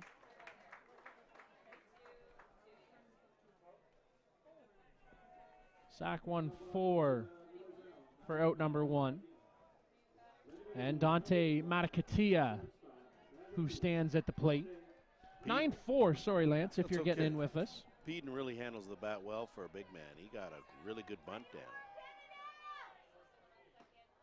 Show bunt again, pull it back, and ball 1. Well, again, you know, New Zealand obviously pressing. They want Canada to have to make the play. Interesting play there with Matakatia showing bunt. Penner backpedaled to first. And again, does the same, steps around the ball. No play for Wardrop. And all hands safe. And again, they need to get on the same page with that because New Zealand just continues to execute, lay it down, and make Canada have to make the play. On that play, defensively, if Penner comes crashing, Matakatia, the way he steps out and around, he's actually going to probably collide with Penner, and you can maybe get an interference call. Well, in my opinion, Penner's going to charge that ball, period. Okay, until someone can slap it over your head, you have to be able to make that play. For you to force your pitcher to continuously have to field that bunt each and every time, that really weighs on him and makes things tough. That's what your infielders are for. So runner on 3rd and 1st, corner bags. Bradley Bennett at the plate, off and running, cut it off. And all hands safe. 2nd and 3rd now, Bradley Bennett had a bunt single, scored a run, and a single and scored a run in the 3rd and 4th inning for New Zealand, the Temper Zone Junior Black Sox.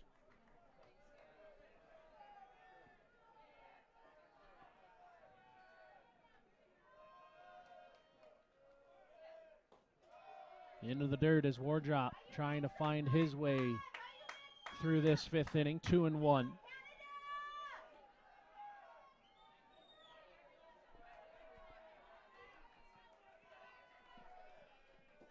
And again misses. Ball 3. 3-1 as Healy continues to loosen over on the left field line.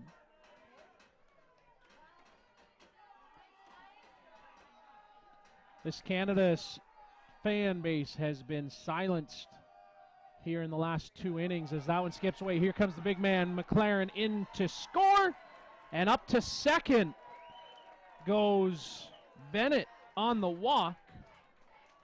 That is a prime example. If you don't pay attention, these guys will just take base after base on you. And the best way to answer a run is with a run of your own. And that's exactly what New Zealand has done. That's going to do it for Matt Wardrow. And you have to give New Zealand credit, Kyle. These guys have come out. They've done everything they've needed to do in order to push runs across and get the job done. Well, they had a slow start. Up and down through 2 as Eric Healy gets the call from the bullpen.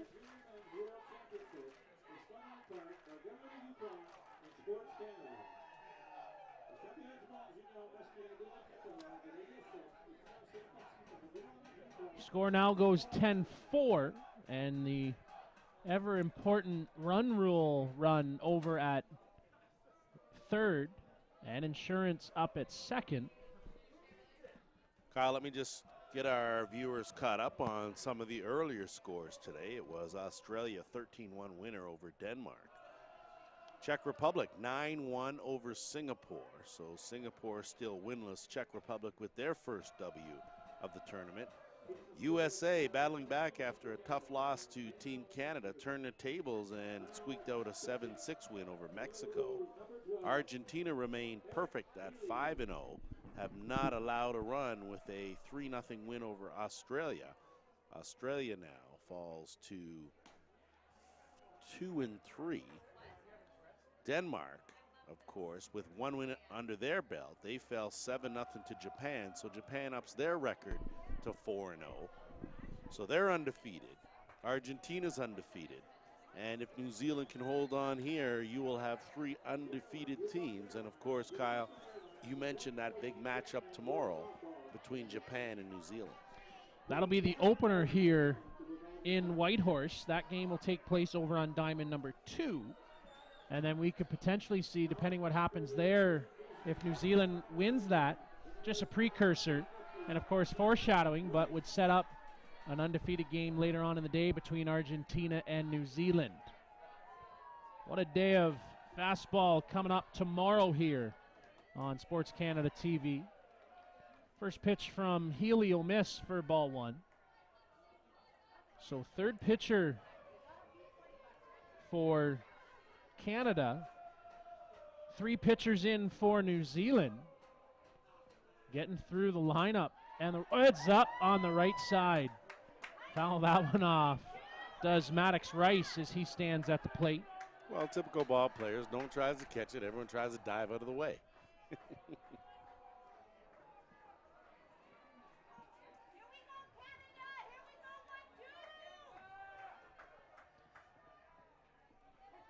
Rice reached on an air and a double, scored twice tonight.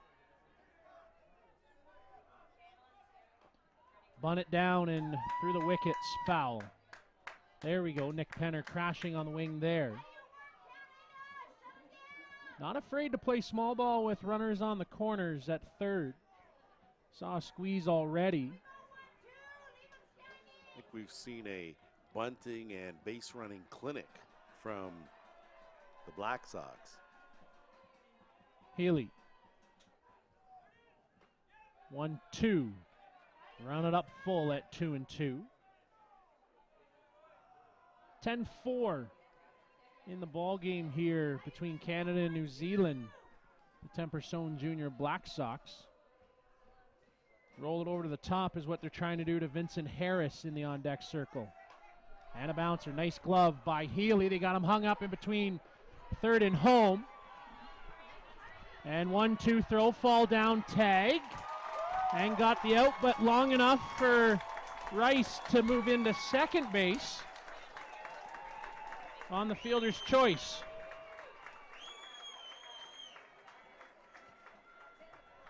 So if you get hung up, that's what you want to do. Move long enough for everybody to get back into your positions. So 1-5 to 3. And from there, let you figure it out. 2 down in the inning.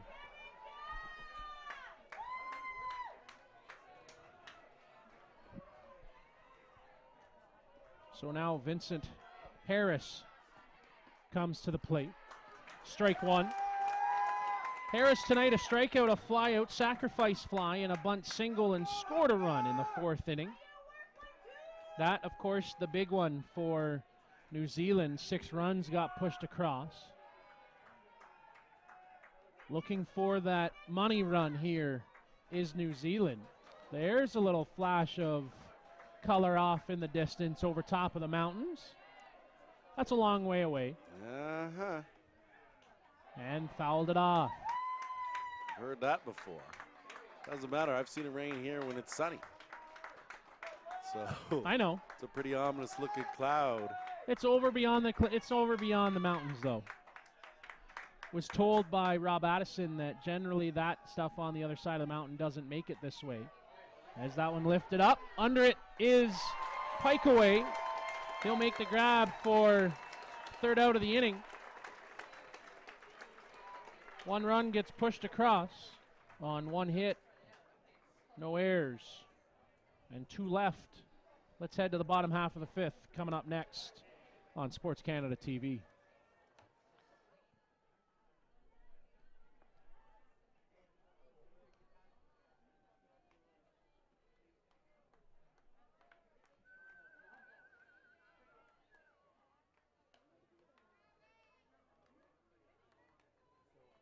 At the top of the 5th inning, we have 1 run on 1 hit, no errors, and 2 runners left on base. The score is now New Zealand 10, Canada 4. Avant-il de la 5e manche, il y a eu 1 point sur un coup sûr, aucune erreur, les 2 coureurs nécessitaient 12. Le pointage est maintenant de New Zealand 10, le Canada 4.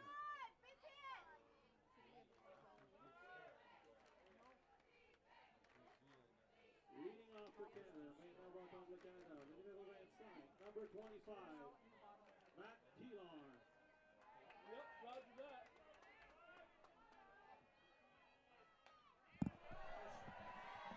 First pitch swinging is Matt Pilon. 2 doubles, 2 runs scored, so you're right where you want to be to start this off. Off the glove, deflected to Evans. In time at first to retire the speedy Pilon. So another 1-4-3. And I think we've had at least 3 of those today, Kyle. And not often you see that, but sure enough, deflection just enough to point it in Cole for Evans' direction. Johnston misses for ball 1.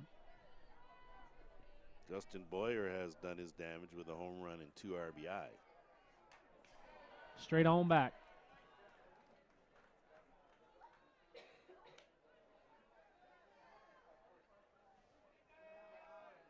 So at one time, Canada had the momentum. Now it's been all New Zealand.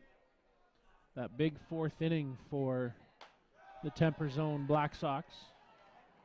Junior Black Sox. 6 runs got pushed across that inning. 3, 6, and 1 in the 3rd, 4th, and 5th innings for Canada. 1-2-1 in the 2nd, 3rd, 4th innings.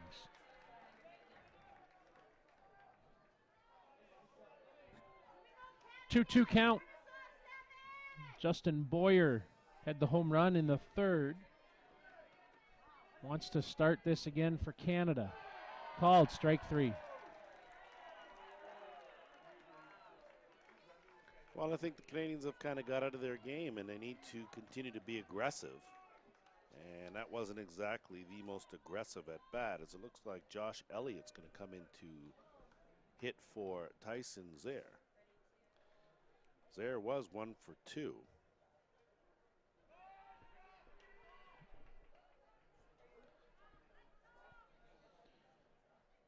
So Elliott off the bench for Team Canada. As David Hartage relays the change. Now at bat for Canada, maintenant va entendre le Canada, numéro 10, number 10, Josh Elliott. Well, shaking it up a bit. Hopefully this will do a little something for Team Canada. Maybe a late 2-out rally.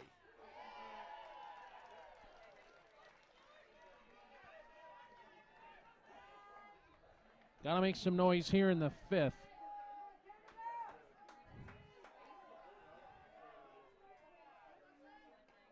And down and away for a ball.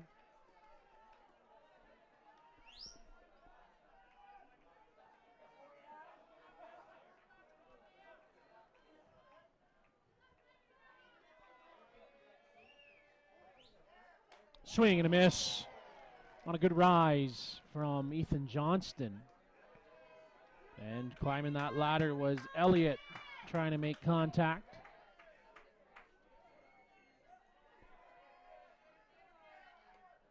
And again misses. A little off speed from Ethan. So there's that change we were talking about. He doesn't break it out too often in the early innings, but Johnson has changed that up as he misses down. Jackson Watt loosening in the bullpen for New Zealand should he be required tonight. As the count runs up full at 3-2. Little flare. Falls in for a base hit, so the inning continues by 1 as Elliott pops out a 2-out single. And will bring Nick Penner to the plate. So clearly a good coaching move to give Josh Elliott an at-bat there as he comes through.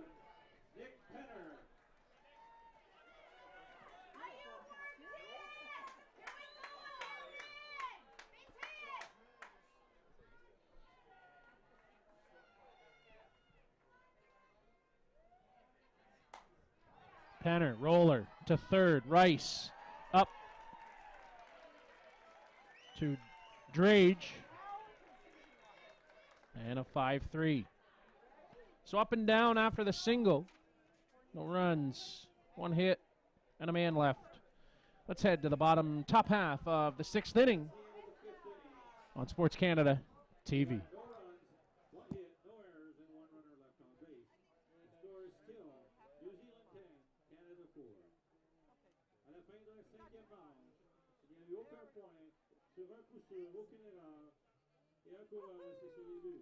Le pointage est toujours haut. La Nouvelle-Zélande 10, le Canada 4.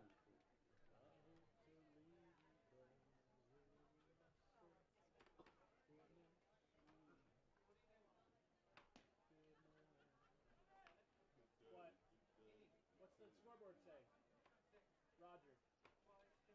Top half. I know where to come.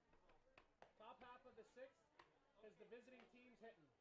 Substitution pour le Canada, substitution for Canada. At second base, numéro 10 au deuxième but, number 10, Josh Elliott. You won't be asking any more questions anytime soon, eh? Too much hostility here, eh? At bat for New Zealand, numéro 42, number 42, Cole Evans.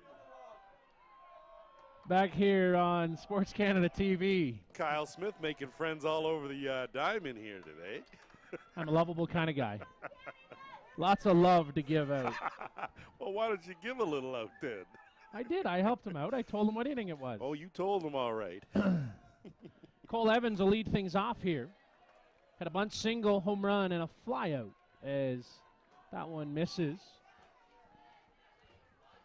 Evans was a late scratch from the first game for New Zealand, has been hampered by a bit of a hand injury, but has been cleared fit and ready to go. Was back in the lineup yesterday, had a big home run. Tonight, another one. Maybe that hand's okay.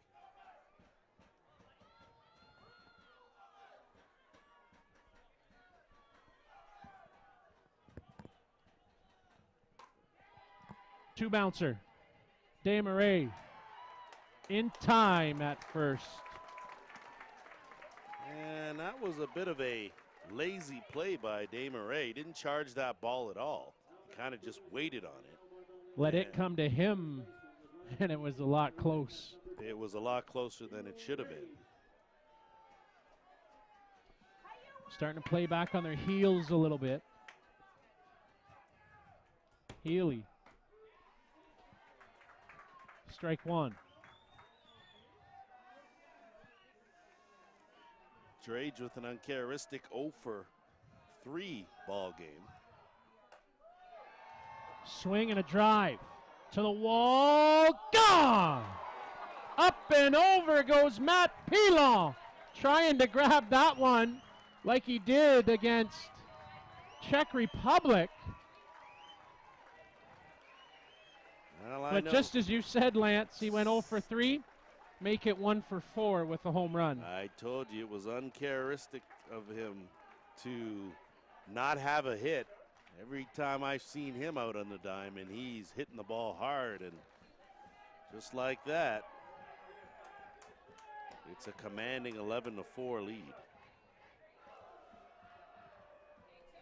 I think we're going to see a pinch hitter here, Lance, as Thomas Macchia down talking with home plate umpire David Hardage.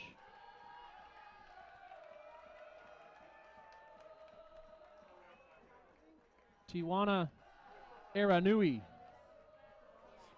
will come to the plate. Aranui's been in the lineup pretty steady up until today. And I guess hitting for Tikahui Bishop.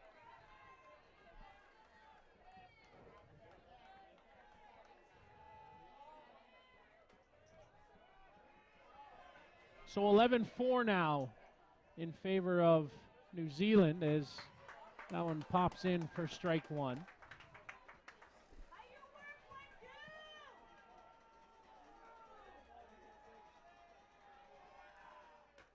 And foul it off.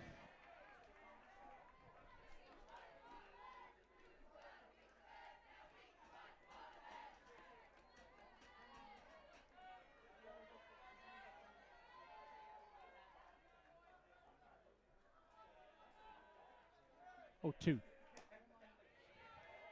Ball one.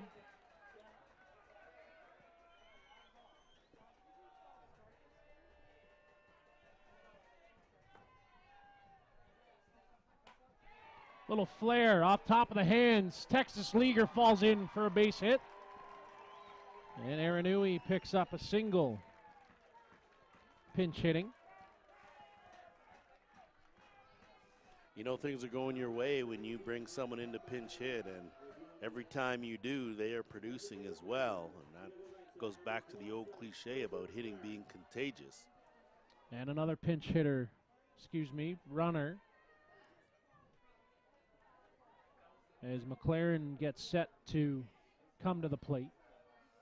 Possibly re-entering. You are correct, sir. Tikahui Bishop coming back. Good eyes on you. I got one good one, Kyle. I try to use it as best I can.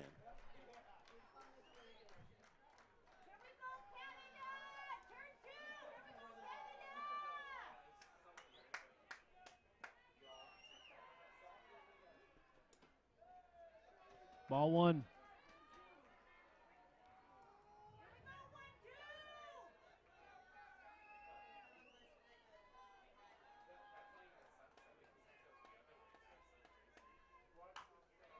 And a roller. Elliott up onto first for the second out of the inning. Move that runner up to 2, and Connor Peden was scheduled to the plate. It'll actually be Callum Elson who will take his place.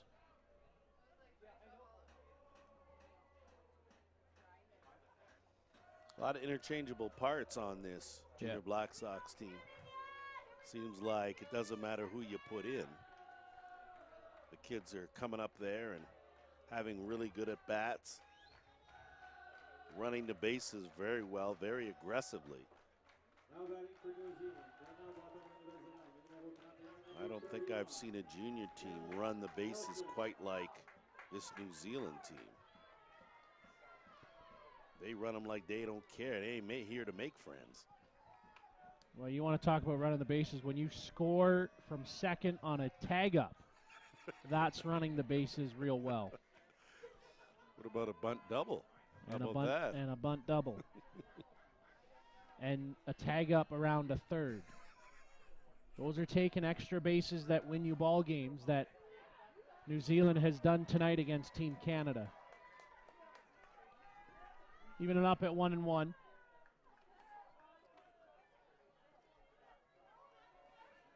Kyle Smith, Lance Wynn, and the rest of the Sports Canada TV crew as that one popped out into the gap. One run comes in to score, round into second. Rolls Elson, no stop sign, so he'll carry on into third, feet first, and an RBI triple. Interchangeable parts as you call on a pinch hitter, and he ropes a triple to the gap in right center and cashes in another run. And you got to know that you are running on all cylinders right now, and that's certainly the case here for New Zealand. And if there was ever any doubt if these guys are able to hit the ball and put up a lot of runs,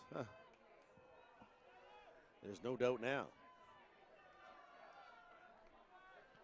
So Matakatia, 2 for 3, two singles, scored a run and a strikeout tonight, and that one dings him on the knee.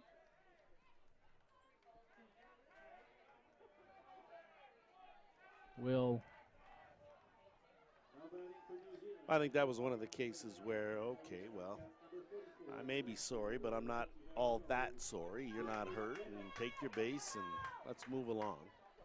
So Bradley Bennett now will come to the plate, bunt single, and a walk. 2 runs scored tonight. Canada's going to have a lot of work to do if they want to see a 7th inning.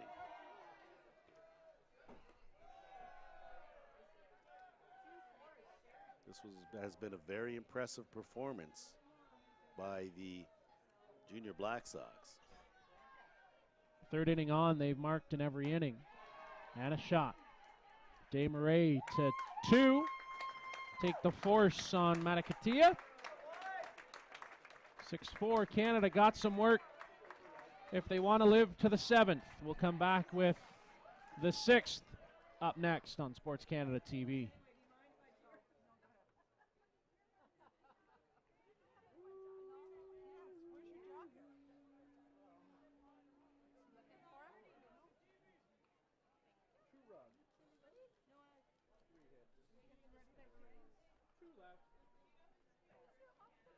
I do. Top of the order, Tyler Paulai. And that takes care of the top of the 6. 6. No, but it is. The top of the 6, we had. No, we're on the bottom 6. Bottom 6, and they got us.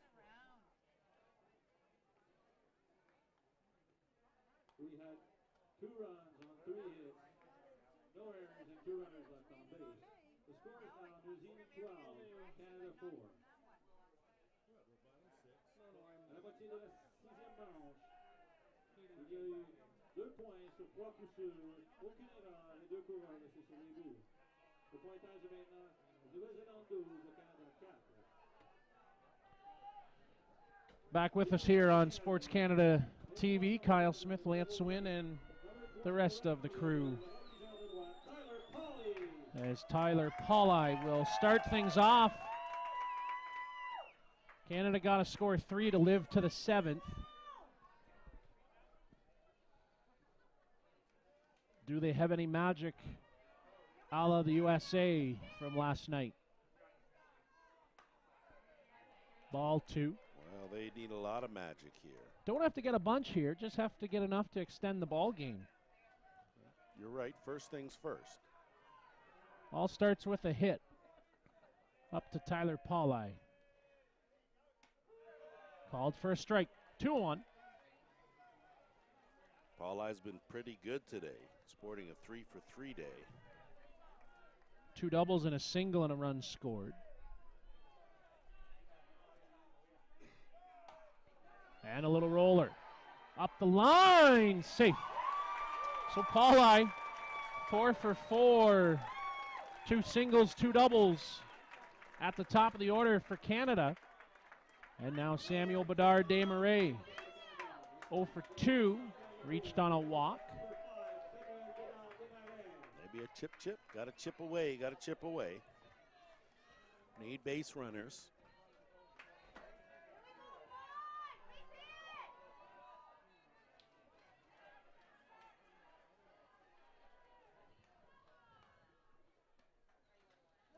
Into the dirt for ball one.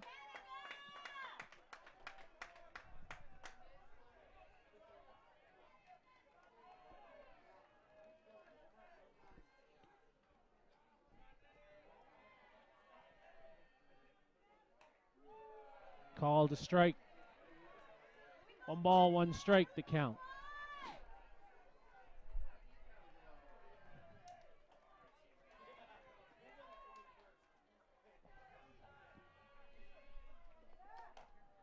And a bouncer. Johnston. Pump. Now on to second to get the lead. Had to make sure the defense was there. Fielder's choice for Bedard Desmarais. And now Taylor Shibata comes to the plate. 2 fielder's choices. And a double for Taylor today. Been on base all 3 times.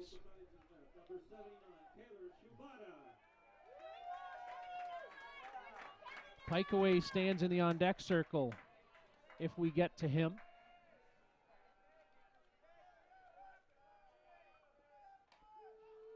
Strike 1.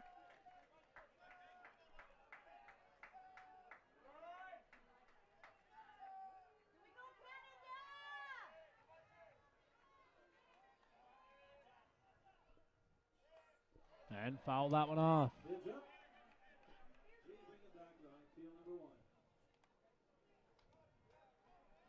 So a quick 0-2 count here as Shibata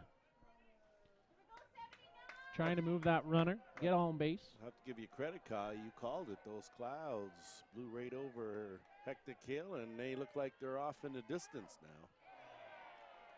So you got more talents than just the broadcasting. Maybe weather is in your future, my friend.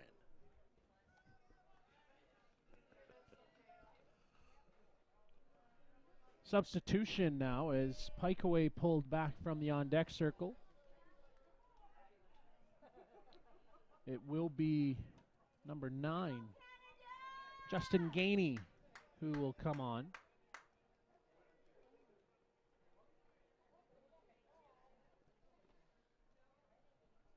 Trying to drum up a little magic. It is eerie quiet in this ballpark right now.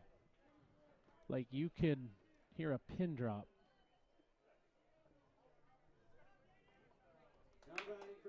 Or a pen drop.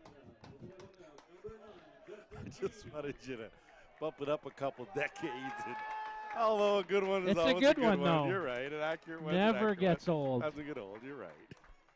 But, like, we haven't heard this park this quiet all day, all week, well, no matter who's playing. No, but a 12-4 is kind of taking the wind out of Team Canada fans' sails. The good thing about it is there's a tomorrow, so you got to get right back on that horse. Swing and a miss by Gainey. And back at her again if you're wearing the red and white. I'd say the sun will come up tomorrow, but it just won't go down, so tomorrow is a new day. And fight that one off, foul. So should this score hold, because we've seen stranger things happen. Yes, we have. New Zealand will move to 4-0 and set up a date with Japan also at 4-0. Tomorrow at high noon here in Whitehorse. Canada will fall to 2-2 after tonight, should things hold.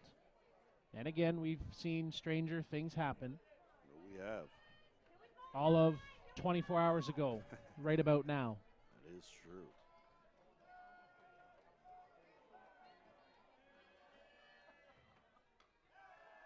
Pitch misses for ball 2. 2-2, 2 down, and a runner at first.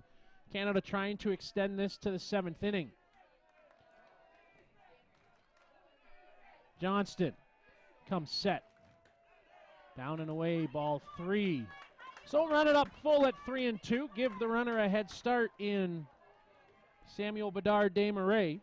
He'll be off on the pitch as Gainey tries to turn this to the 5-hitter, Francois Charles Rene, or who they send to the plate. It's Rene in the on-deck circle. And a shot on the run to the wall. Desmarais, stop sign up, e-brake on. 2 in second and third. As Canada and Justin Gainey not going to go quietly into the night. Oh, that was a good piece of hitting from Gainey. And you said it, Lance, earlier, interchangeable parts with the substitution of Gainey. That's a big hit. Although you do have to give some credit out there to Tikahari Bishop for getting on that quickly and getting the ball in. They had Tikahari Bishop had Gainey played well to the left as he does now. You can see him on your screen off to the left of the middle stanchion. If we can bring that home plate camera back up. No, you're right. He got on that and cut it off and threw it where you're supposed to, and that's what held Paulai. There he is there on the left, third. and you see the right fielder, Big Vincent gap Harris, there. Yes. playing to push are the Black Sox. So a gaping hole on the right side. If he can yank one down the line here, Francois Charles Rene, 0 for 3 tonight. Strikeout, flyout, lineout. Made contact and good contact on 2 of them as he takes for strike 1. 1-1. As we saw in the Canada-U.S. game, sometimes the last out is the hardest out to get. Ain't that the truth? 1-1 pitch. Called strike 2. Johnson not backing down, though. He's going right at the hitters. Eru Drage comes in and says, let's go. Pumping him up. 1-2 pitch. And a bouncer up the middle. 1 run in, 2 run in. Desmarais pilot into second, feet first, in there.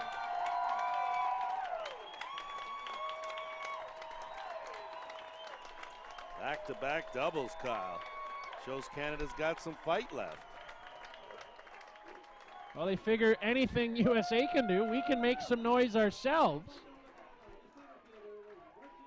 Just goes with it right back up the middle. And you see him digging around in, feet first, to drive in that run.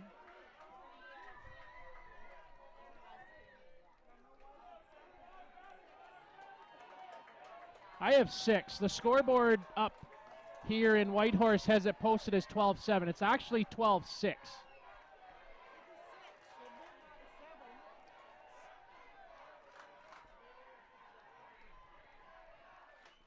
And that one misses for a ball.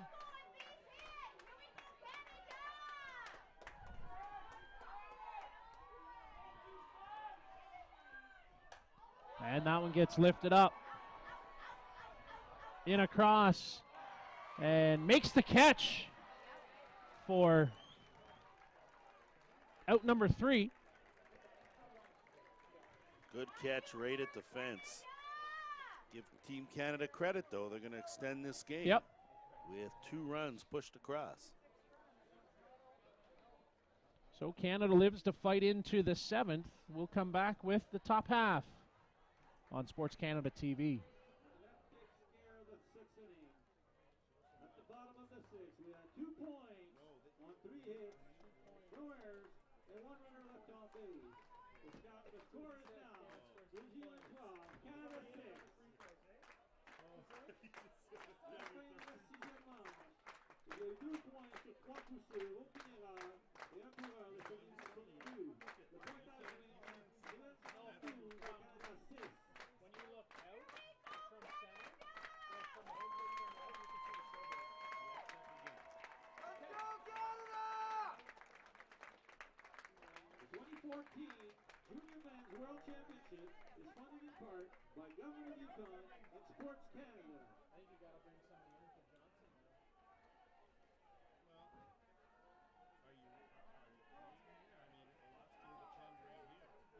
That's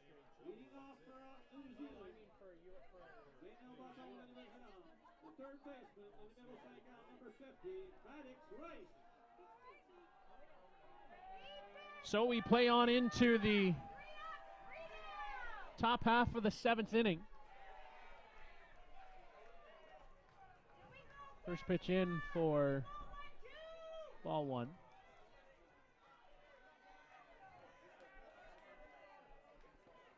Healy. First strike, Maddox Rice at the plate for New Zealand. We reach the 2-hour mark here in Whitehorse. And a 4-3 on Maddox Rice. 1 down. For Canada, the biggest thing is you could go up and down here and get back to the sticks, carry that momentum that you got with the 2 runs, and try and make your comeback and make your move. And I think it starts, like you said, Kyle, it's a bit of a process. So you started by putting up a couple of runs to extend the game. Now you need to hold them in the 7th, give your team a chance to get back up there and go sticking again. Harris takes for ball 1. On his day, he's 1 for 4, bunt, single, and scored back in that big 4th inning.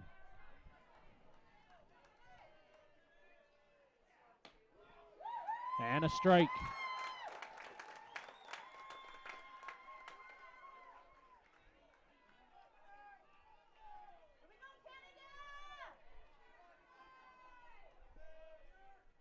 Bunt, one-handed bunt, putting the ball down.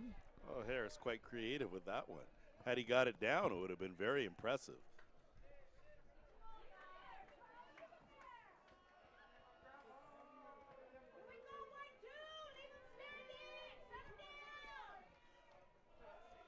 Want to say hello to Al Dorn, watching back in Richmond Hill at headquarters. Glad you're enjoying the coverage, Al. Big Al, you're up pretty late there, Ambassador. Gotta say, always glad to have you tuning in. I want to catch you to miss any of your beauty sleep. 2-2. Healy works. And a slow fly played by number 9, Justin Gainey, who stayed in the ball game defensively.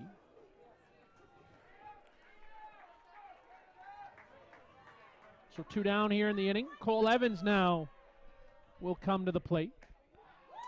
Misses to Evans for ball 1.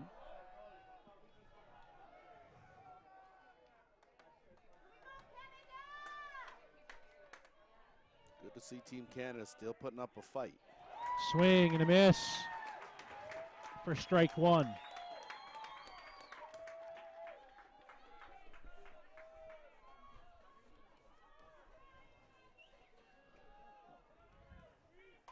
And up the middle it goes, right onto the hand of Healy. So 2-out single for Cole Evans. Runs his day to 3 for 5.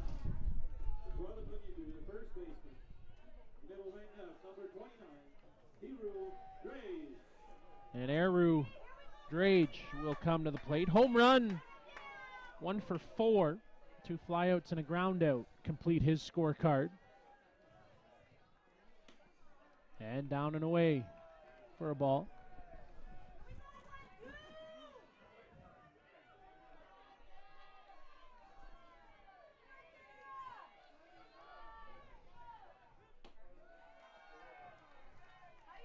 Two balls.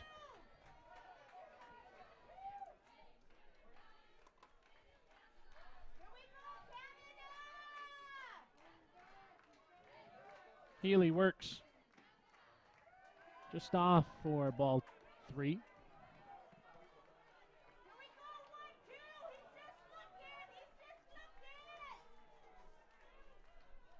Three 0 count. And ball 4.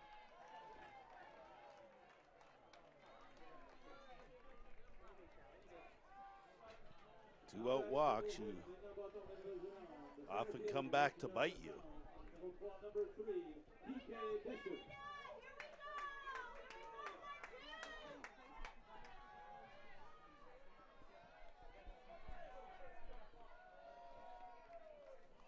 Now Healy struggling to find his command that he had thus far. 5 straight balls.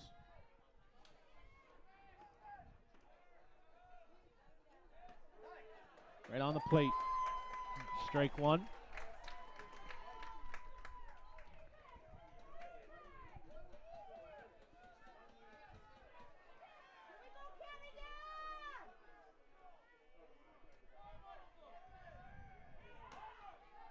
Bouncer foul.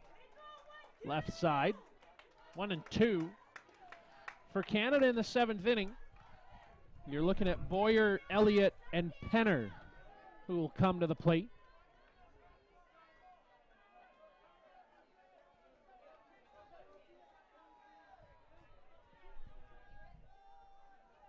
One, two. Get him here, go to work. Swing and a miss. Strike him out to end the inning. No runs, a hit. No errors, 2 left. It's last call for Canada here as we go to the bottom of the 7th. Coming up next on Sports Canada TV. That's our third out. Takes us to the top of the 7th. At the top of the 7th, there was no runs, 1 hit, no errors, and 2 runners left on base. The score is still New Zealand 12, Canada 6. À la moitié de la 7e manche, il n'y a eu aucun point, un coup sûr, aucune erreur, et 2 coups à la saison début. Le pointage est toujours la Nouvelle-Zélande 12, le Canada 6.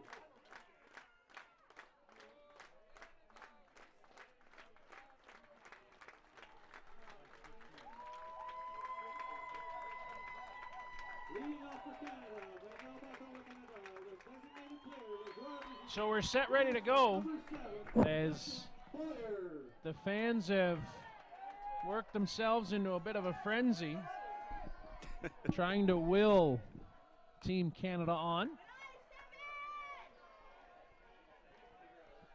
Ethan Johnston still on the mound for Thomas Mackey and company.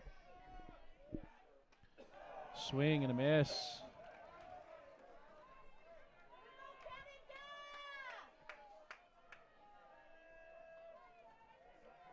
It's Justin Boyer who leads things off, a home run to his credit tonight. Off speed at the knees for a strike.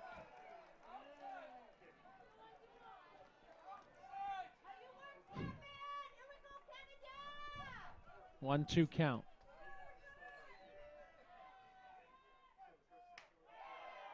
Inside for ball 2.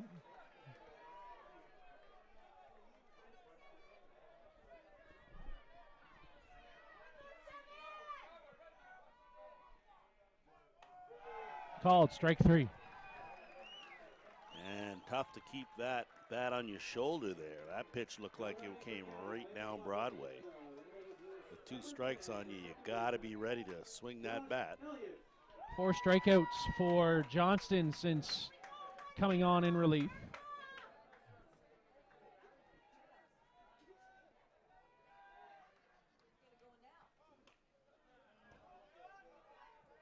Well, Johnson's done a very good job. He's been very effective. He's changed speeds and worked the entire zone, corners in, out, and up and down. Struggled a little bit at times with command last inning, allowing Canada those 2 runs. As that one comes across for strike 1. Well, you got a little bit of leeway. You had a big lead, so you're right. Swing and a miss. Coming right after him. 1-2.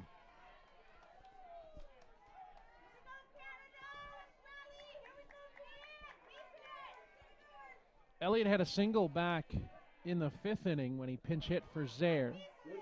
That one fouled off.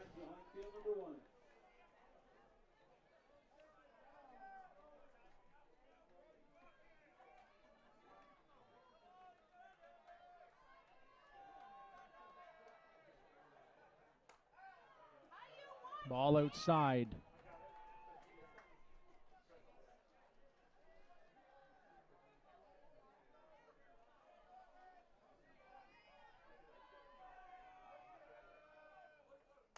Swing and a miss. Down on strikes goes Elliott. 2 down in the inning. Back-to-back strikeouts for Johnson. Nick Penner will represent the last hope right now for Team Canada as he tries to extend this ball game. Down to their last out here in a 12-6 go-round.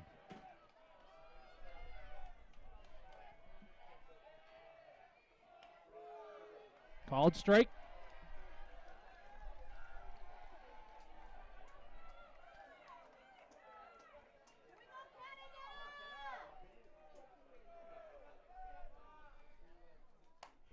And flare that foul on the line. Heads up there. That one was moving. So quick 0-2 here to Penner. Reached on an error in the second and 2 ground outs tonight for Nick.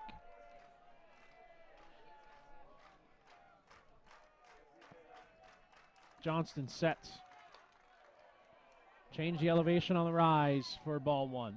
Good layoff by Penner to stay alive.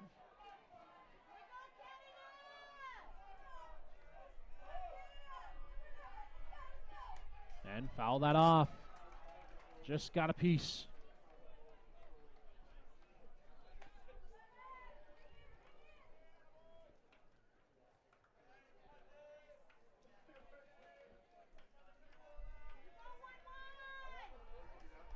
One ball, 2. And ball 2 now as even it up. Working hard here is Penner trying to turn it over to the top of the order. Tyler Paulai in the on-deck circle, 5 for 5 tonight. And called, strike 3, down on strikes goes Penner. Looking, strike out the side, a big way for Johnston to come back after his 6th inning. Strike him out, up and down the order. And Lance for Team Canada, they struck first. Couldn't quell the storm. New Zealand got their bats going. And in the end, 12-6 win. Well, I think you're talking about a team in New Zealand that played from behind. It was Canada jumped out in front, but I think once New Zealand broke the goose egg and started to get on a roll, they did everything right. Their defense was tight. They hit the ball. They executed their bunts numerous times, making the Team Canada defense have to work and make that play. They ran the bases like demons out there and pushed the issue all the time. They were clearly the aggressors in this ball game, and sometimes that's just the way it goes. You run into a team and it's awfully hard to slow them down, and I think that was the case here with the Junior Black Sox. Well, you can make the final 12-6 in favor of the Black Sox. They now move to 4-0. Canada falls to 2-2. Tomorrow at high noon, the first game of the day. It's a good one. Japan and New Zealand, both teams 4-0. Who's the victor? Who falls with the first loss? They have to come back with us here on Sports Canada TV. For Lance Wynn, I'm Kyle Smith. For Troy Brown, Cap Britton, Harmon Olja, Randy Strickland, and Jazz here. We'll say goodnight from Whitehorse. Stay tuned for the post-game wrap coming up next on Sports Canada TV.